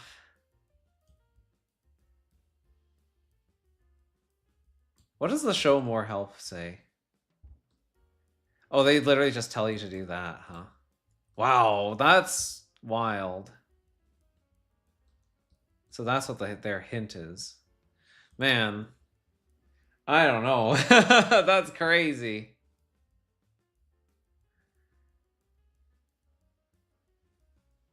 Oh, what the heck am I looking at here? Okay. In this level, we prove that if A times B equals A times C, and A does not equal 0, then B equals C. It is tricky for several reasons. One of these is that we need to introduce a new idea. We need to understand the concept of mathematical induction a little bit better. Oh. We prove that if A times B equals A times C, then A does not equal 0. And A does not equal 0, then B equals C.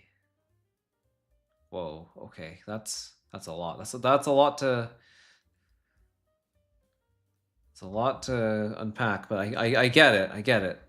So as long as A isn't 0, then A times some B will be equal to A times some C whenever B equals C.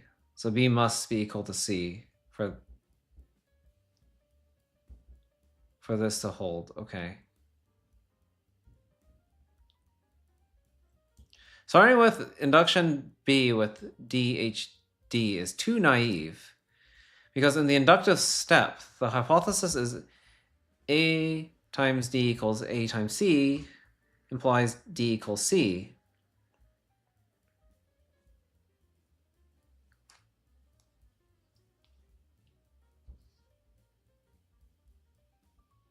A times D equals A times C implies D equals C.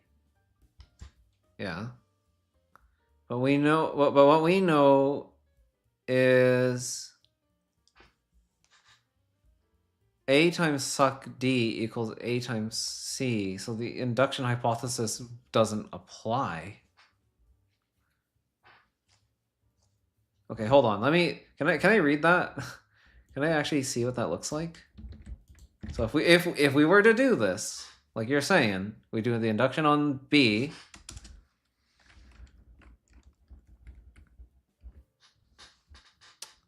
Well, first of all, I feel like we're stuck already because we have to prove that 0 equals C, and I don't think we have a way to do that.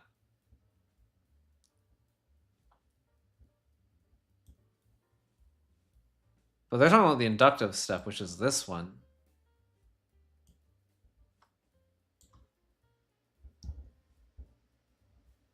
A times suck D equals A times C. So the induction hypothesis doesn't apply.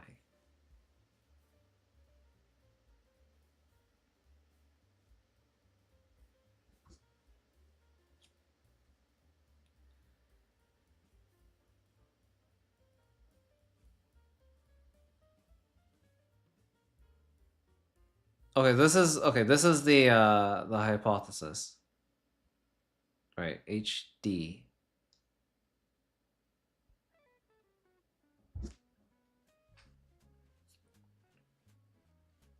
But why does it not apply? I feel like I'm just reading symbol soup.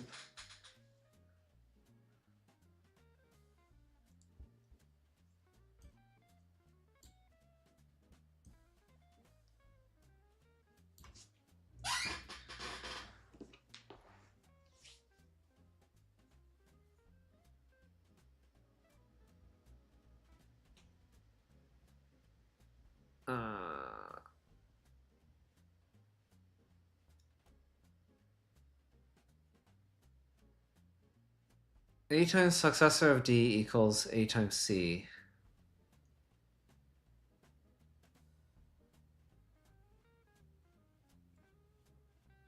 Right, because, okay, I think I'm seeing it. So this guy is the wrong shape, right? It's a times successor of D equals A times C. But we need something that says A times D equals A times C. So there's that's like a contradiction, right? Because we can't have both of these be true at the same time. Right? A times C cannot be both A times D and A times successor of D. That doesn't make any sense. At least as long as A is non-zero. Because if A was 0, then we could do that, and that would be true. But this is in the inductive step, not the base case. Or wait, well, Well, we're doing induction on B though, not A.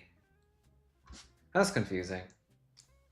But I sort of, I think I sort of get it, but I also don't like fully get it. But that's not true in general, right? This is not true in general. Okay, yeah, that would make more sense because we can't just like choose A to be 0.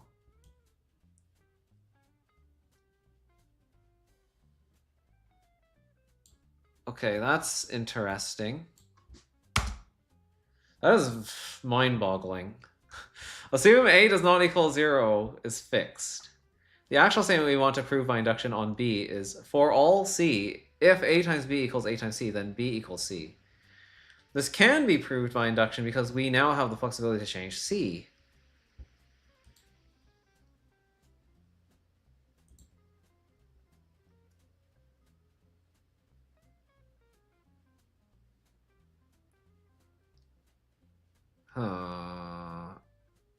Oh, but also we have this. A does not equal 0. So yeah, that...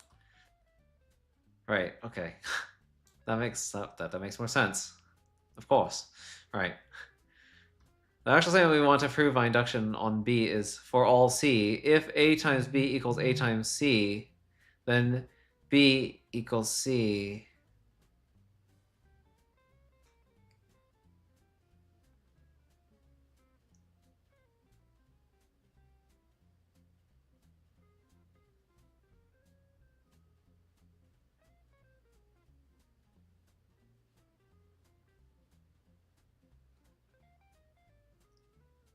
This can be proved by induction because we now have the flexibility to change C.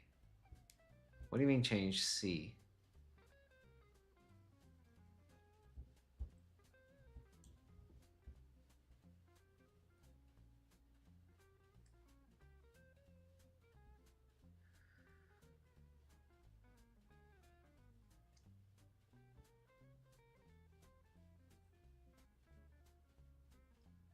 So this induction doesn't work because of the presence of this A does not equal 0? Is that it?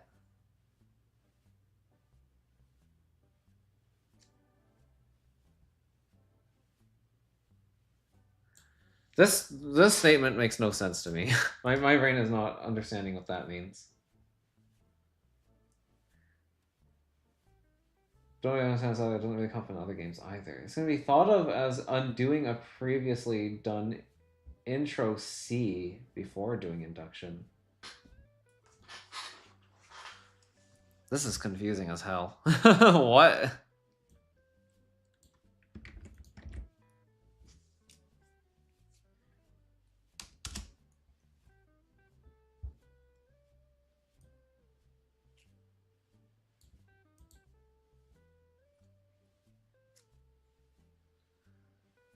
Generalizing C. How weird.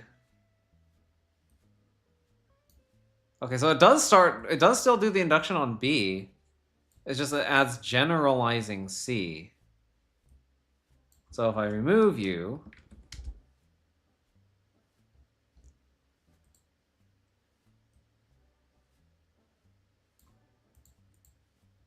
then you look like this. And if I add you back, then you look like this.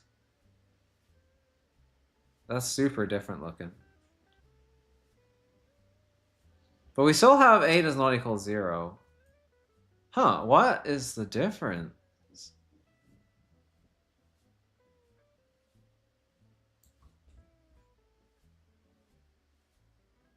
Sometimes induction works better. Oh, sorry, hold on. I missed a bunch of messages. It doesn't work because the C is fixed. The C is fixed. Sometimes induction works better when your goal statement is stronger, because then your inductive hypothesis is stronger.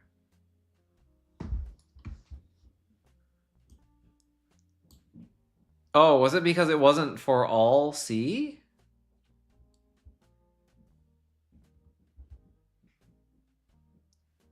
I'm still not sure I understand that.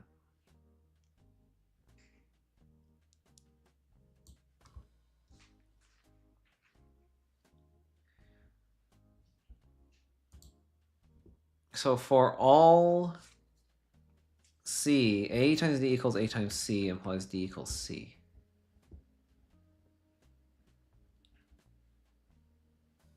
Oh. You know, I'm going to take more hints. This is very confusing to me. Use mul equals 0 and remember that Tata will solve a goal if there are hypotheses A equals 0 and A does not equal 0. Use mul equals 0. Use the force.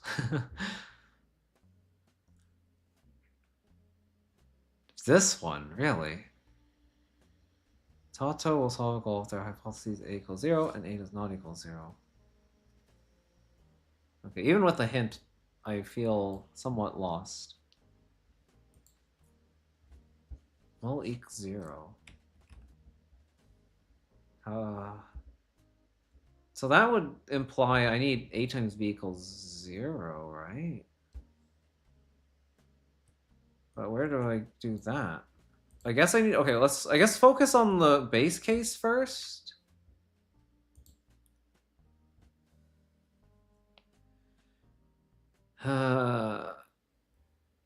Yes.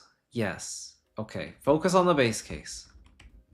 So A times 0 can be rewritten with mul 0 at H. And then we can rewrite this the other way around, I guess.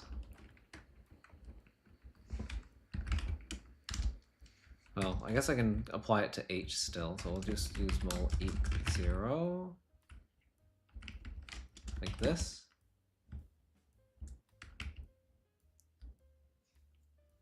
Oh wait, that's not a rewrite. No, no, no. We need to apply.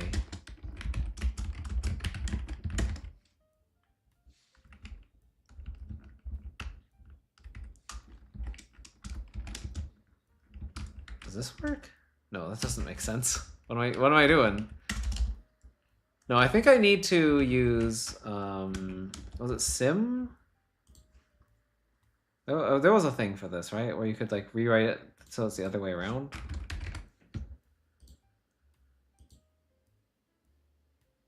No, that's not right.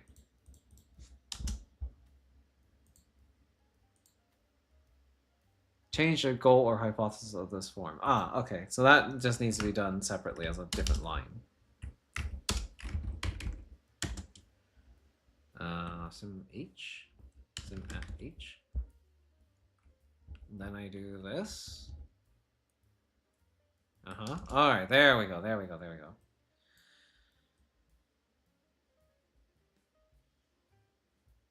And then so I want to use sim at the goal as well. Now I can use cases on h with we'll have a left and a right case, I guess. And then I can Tato you, yes, and then I can simply exact you. Okay. Oh, and now they're giving me steps on the inductive step. Inductive hypothesis HD is for all natural numbers C, A times D equals A times C implies D equals C.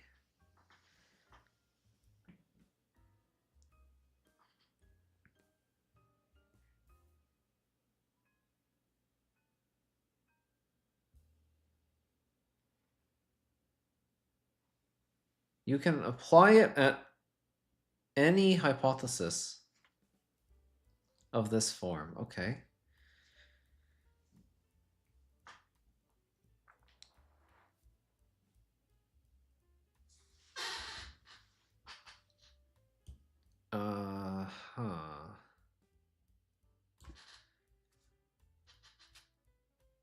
Right, we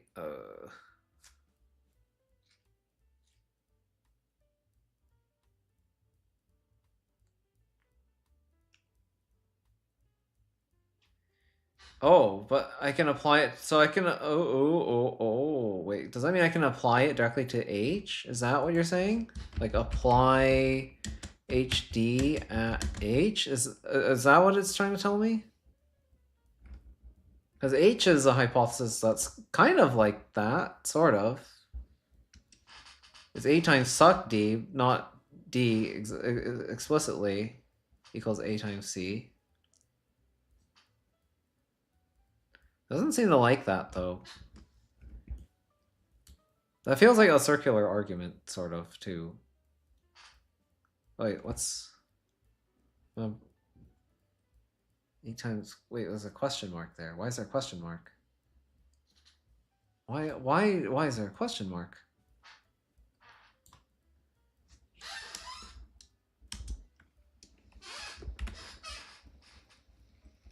Wait, I can Tato here? No.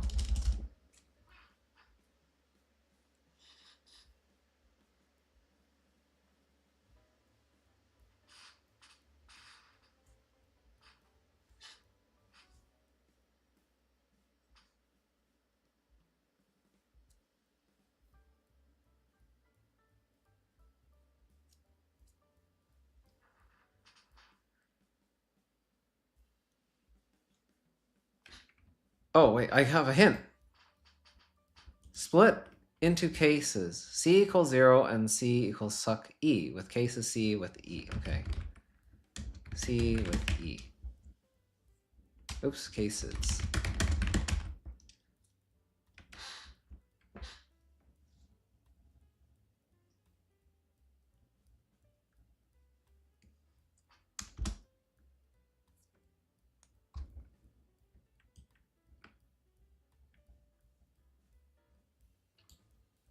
Yeah, at this point, I'm like, there's no shame in using hints. This is so hard.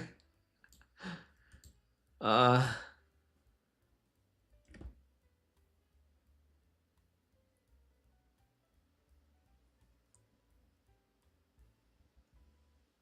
well, this is weird looking.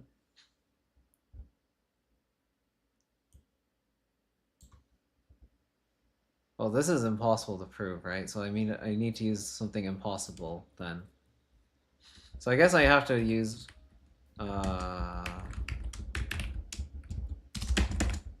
this.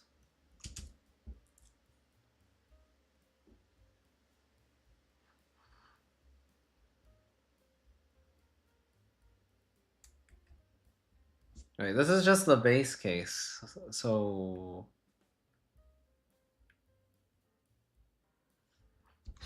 or at least wait, no, is it? No, this is not the base case. What am I saying? So did I not want to do this? Because at this point, I do have a hypothesis of this shape, right? Do I apply that to H? But no, wasn't that what I was trying to do already earlier?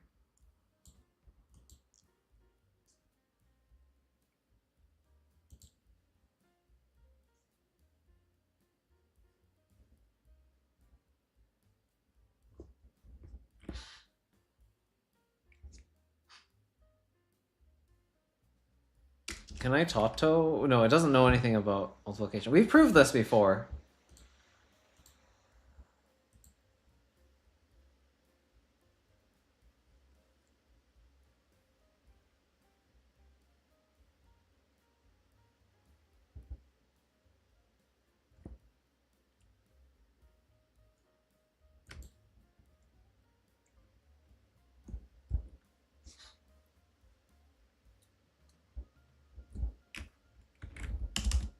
Apply null eq 0 at H.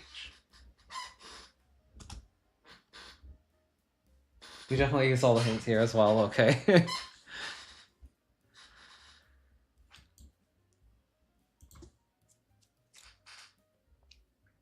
Okay, so now I could cases on H here. We know that this one is true, yes.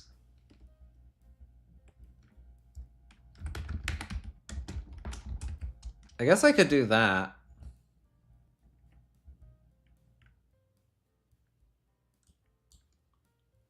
Oh yeah, it also created variables for me. I didn't even need to name them. Huh. Oh, and now we have this. This looks like a thing that they want me to use my thing on, so I will use it.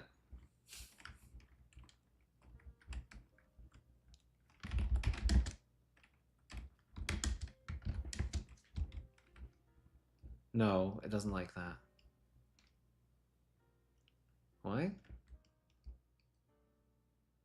The inductive hypothesis HD is for all natural numbers C.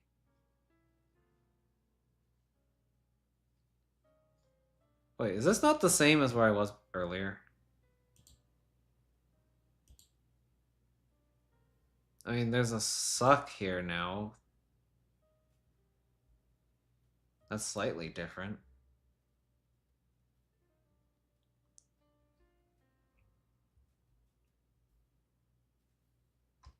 A times D, right? If this is the whole thing is a D, then sure. Equals A times... Oh, that's not C. A times something. I'm guessing that this side can't be a suck D. This actually has to be D, then. It has to actually match this form exactly. I can't just substitute suck D for D.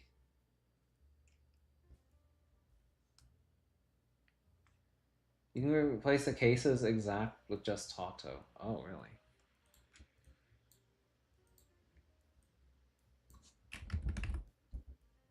Damn.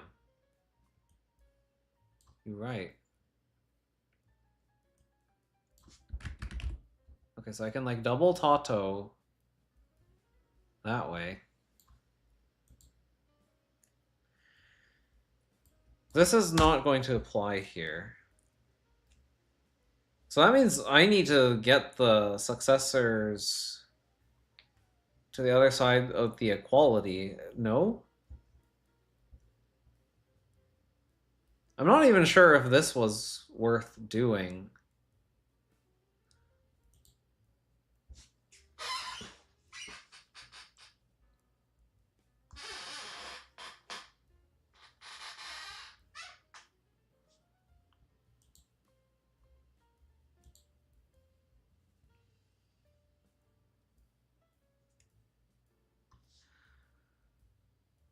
Okay. I want more hints game. Oh wait, there's more help. Yeah.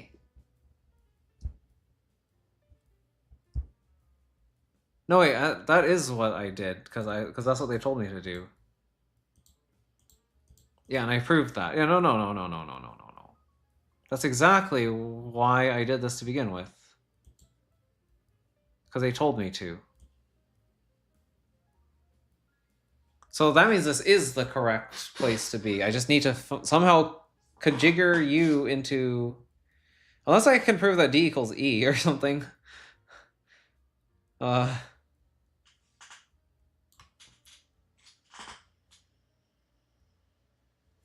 wish I could rewrite using the goal. That'd be cool.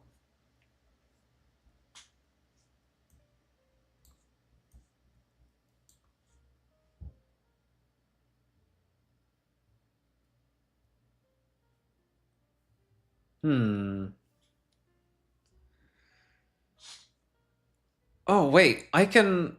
Wait, there's a thing I can do here, isn't it? Because I can the both sides. I can multiply by a on both sides. Where was that? But where was that though? What's simp add? Oh, never mind. That swaps those around. There was a thing. Was it suck inj was kind of like this, right? That turns into D equals E though. No, we want to multiply both sides by A. There's a way to do this. I'm pretty sure. How did I do it though? Yeah, when there's this many tools in your tool belt, things start to get very overwhelming.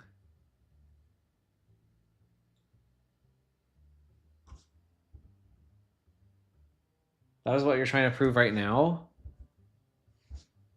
Is it?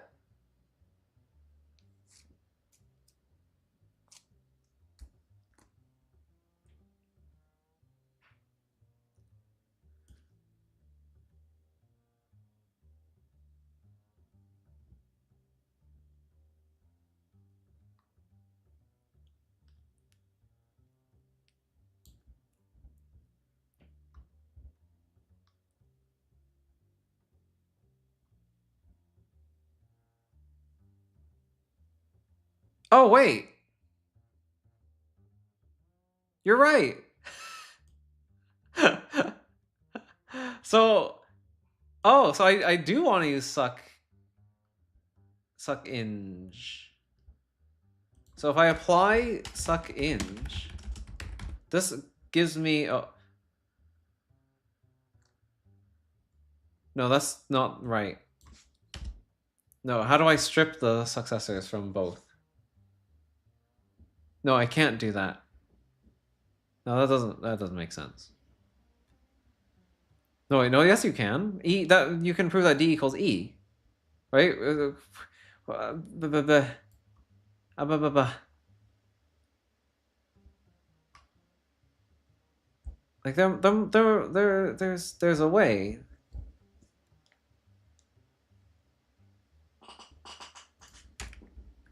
Uh,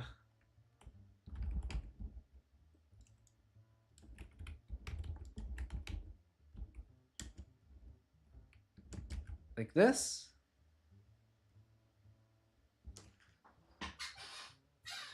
If I want to apply it to the goal, a circular reasoning. Oh,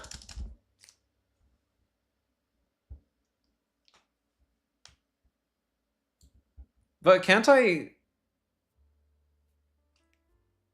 But because if the goal is successor of D equals successor of E, then we can. No, we can't prove anything from the goal because we're trying to prove the goal. Right. I don't actually have a proof of successor D equals successor E. But I can make D equals E a sub-goal. And then once I have D equals E, then I can successor both sides of D equals E.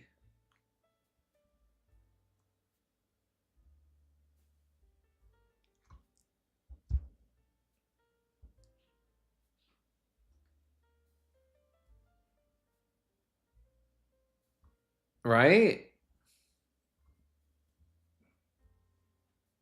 So then that would okay, hold on. So if I want to make D equals E a sub-goal,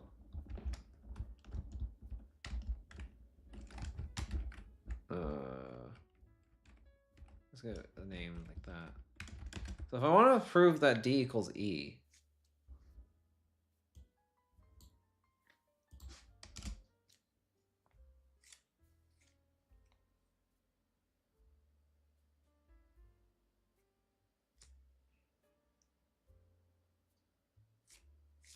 wait, I feel like maybe this is not right.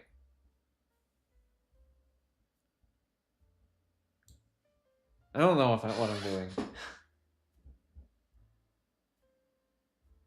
You should focus on using the inductive hypothesis, like any good inductive proof. Well, I tried using it earlier. It didn't work. I tried to apply HD to H, and that wasn't working. There's nothing else here that... There's nothing else that looks like that. I don't have anything else to work with. I have A does not equal 0. Is that helpful somehow? Okay, so you're saying go back to here. And I need to use... Find a way to use it. That's what I'm trying to do. That means I have to move the suck D. Right? Doesn't that mean I have to convert... Well, I also have to get rid of the suck... Well, actually, I guess the suck E doesn't matter, right? Because this is for all C. It can apply to any C. So, like, this term doesn't matter. We don't care what this term looks like, but this term does matter.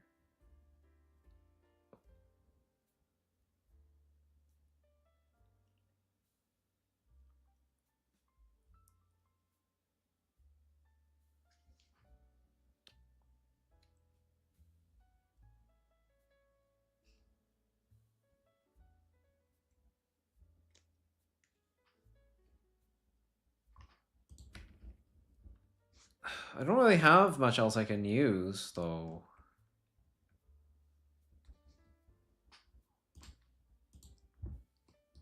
Okay, we did unlock this,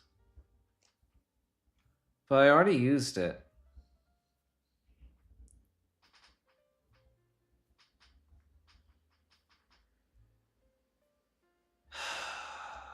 Okay, no, there is something, right? Moles suck. Do I want this? I mean, it's the only thing I can think of. Rewrite mole suck at H. I mean, that gives me something. That's different. I still have a plus A, though.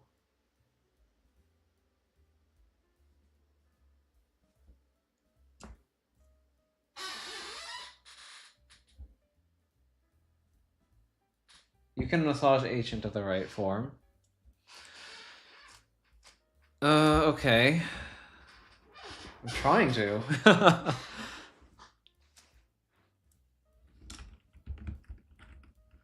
A times D plus A? Can I do something with that? Do I want to mole suck again? That gets the E into that form as well.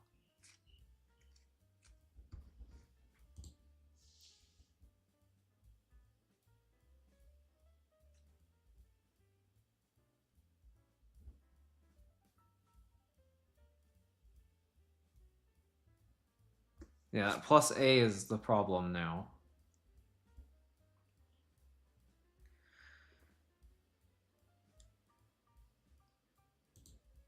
Okay, but now I can strip the... Can I strip the A? Is there a way I can strip the A from both sides? Add cancel, maybe?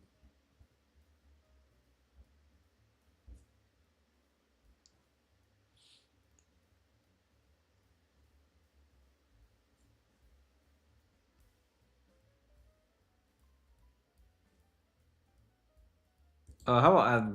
Is there an add right cancel? Does that look better? A plus... Okay, this is my A, and this is N. This is B, and this is N. Yeah, add right cancel. No? What do you mean? Why? Do I have to... why are you complaining?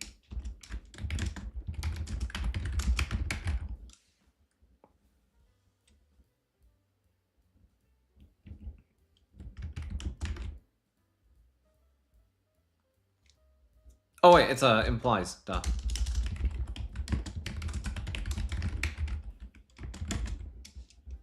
There we go. Oh, okay. And now I can finally inductive hypothesis.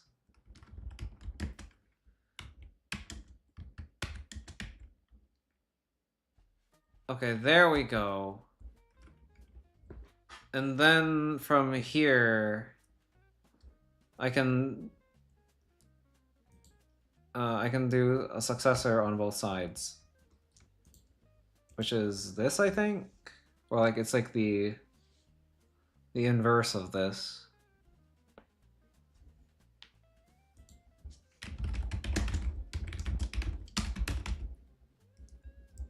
Yeah, because I know that that doesn't work.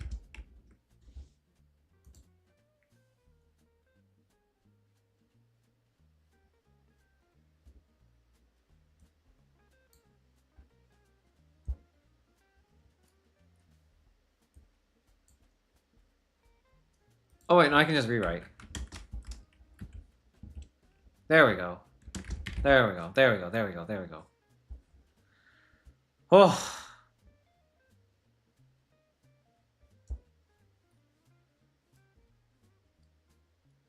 The lemma proved in the final level of this world will be helpful in the visibility world. I can't believe they actually planned more, but they never did it. But like, I can't believe they actually had plans for a divisibility world. It would probably be even harder than this.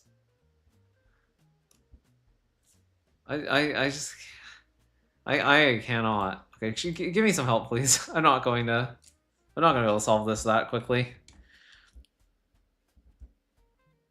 Reduce the previous lemma with nth rewrite to mol 1a at h.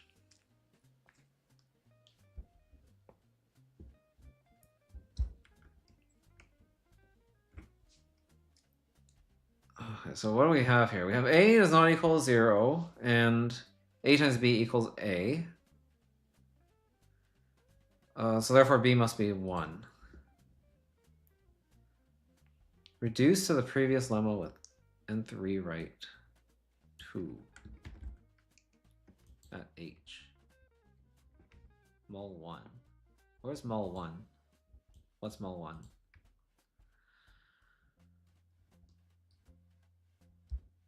Oh, it's this one.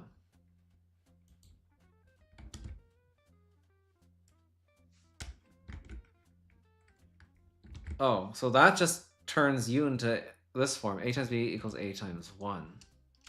Oh, okay. And that looks very similar to the thing that we just did. Right? Mul left cancel. Yeah.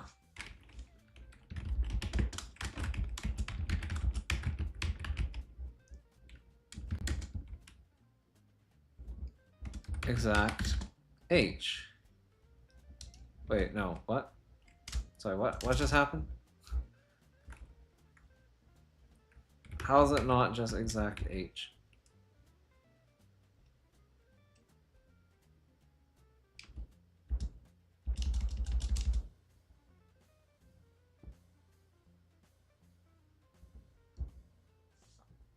Oh, there's more goals. Why do I have more goals? Wait, how did more goals appear?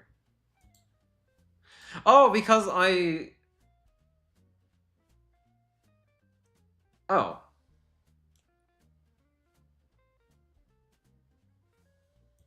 Because Mul left cancel takes 2 argument. Is that why?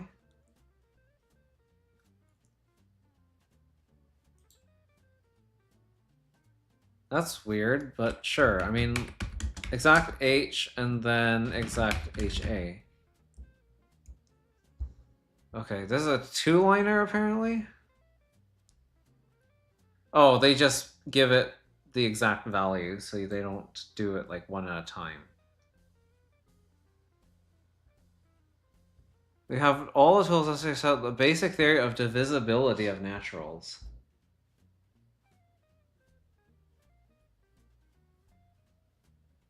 I see. Okay. Well, that's it, I guess. That was a little bit anticlimactic. I guess because they were expecting to make Divisibility World. But that never happened. So that's it. That's the whole game. I wonder if there is a way to, like, cheat this one. Like, if there's, like, some kind of magic keyword you can use that just allows you to prove anything and just stick that in here. But, okay, we did it! Hooray! We beat the natural number game. Wow, that was hard. Man. Okay, I can see why I did not do it so many years ago. This game is absolutely brutal, but yeah, that was cool. I learned a lot. I feel like I didn't like fully internalize everything, but yeah, that was cool. That was really cool. Yeah, so I guess what I'm gonna do going forward is probably take a little break from the lean games. That might be a really bad idea because I'm gonna forget all my tactics and stuff. So that might, I don't know. I don't know if I'm going to take like a super long break, but I kind of don't really want to be streaming 4 times a week because it's kind of a lot. And we are continuing Star Force Saturdays. So we will have to see. We'll have to see how things go. I might have to swap out, like, I think Gen 2 Rescue is going to be finished pretty soon. I don't think Lockpick is going to be finished anytime soon. So yeah, if Gen 2 Rescue finishes, I might swap that out for the next lean game. I do want to finish off Pat's World first, though. So yeah, I don't know. I think either way, we're going to be taking a break from the lean games because I did promise Pat's World would be finished, like the second pass of Pat's World with all the revised puzzles. So yeah, I have to fulfill my promises first, and then we can move on to more lean, more lean. Most games will reteach you anyway. Okay, that's cool. Cause yeah, I was a little bit worried. I was like, if I forget everything here, am I like super mega screwed for the other games? Cause I feel like the real analysis one is gonna be super hard, right? And that one, it might be good to have like this as like the refresher. But yeah, if the other games are a gentler introduction again, then yeah, I could see myself taking a little break from this to finish off Pat's World, and then finally, well, we will continue with this first. I think I want to prioritize the lean games before I get back to doing any more like Leaf's Odyssey worlds. But yeah, I think that that should be the plan for now. Hopefully, I'll be able to finish Gen 2 Rescue in like one or two more streams. I think I'm getting close to the end. I think there's only a few actual puzzles left, and then there's a bunch of like beat the same puzzle that you already beat before, but do it again with other conditions. Like there's some like bonus objectives, which I'm not sure if I really care to do those yet. I really have to see. So yeah. Anyway, I gotta go for dinner. So yeah. There's no order. So they mostly assume you're playing it first. Okay, cool. Awesome. Then yeah. That is the plan. We will finish Pat's World, then we'll come back to the lean stuff. But yeah. Thank you all for watching. Hope you all enjoyed this very very weird series of puzzle game that is very unconventional. Maybe this is more like a math puzzle game. I don't know. What would you classify this as? What is the genre for this? Math core thinky puzzle game? But yeah. I don't have anything else to say. Goodbye.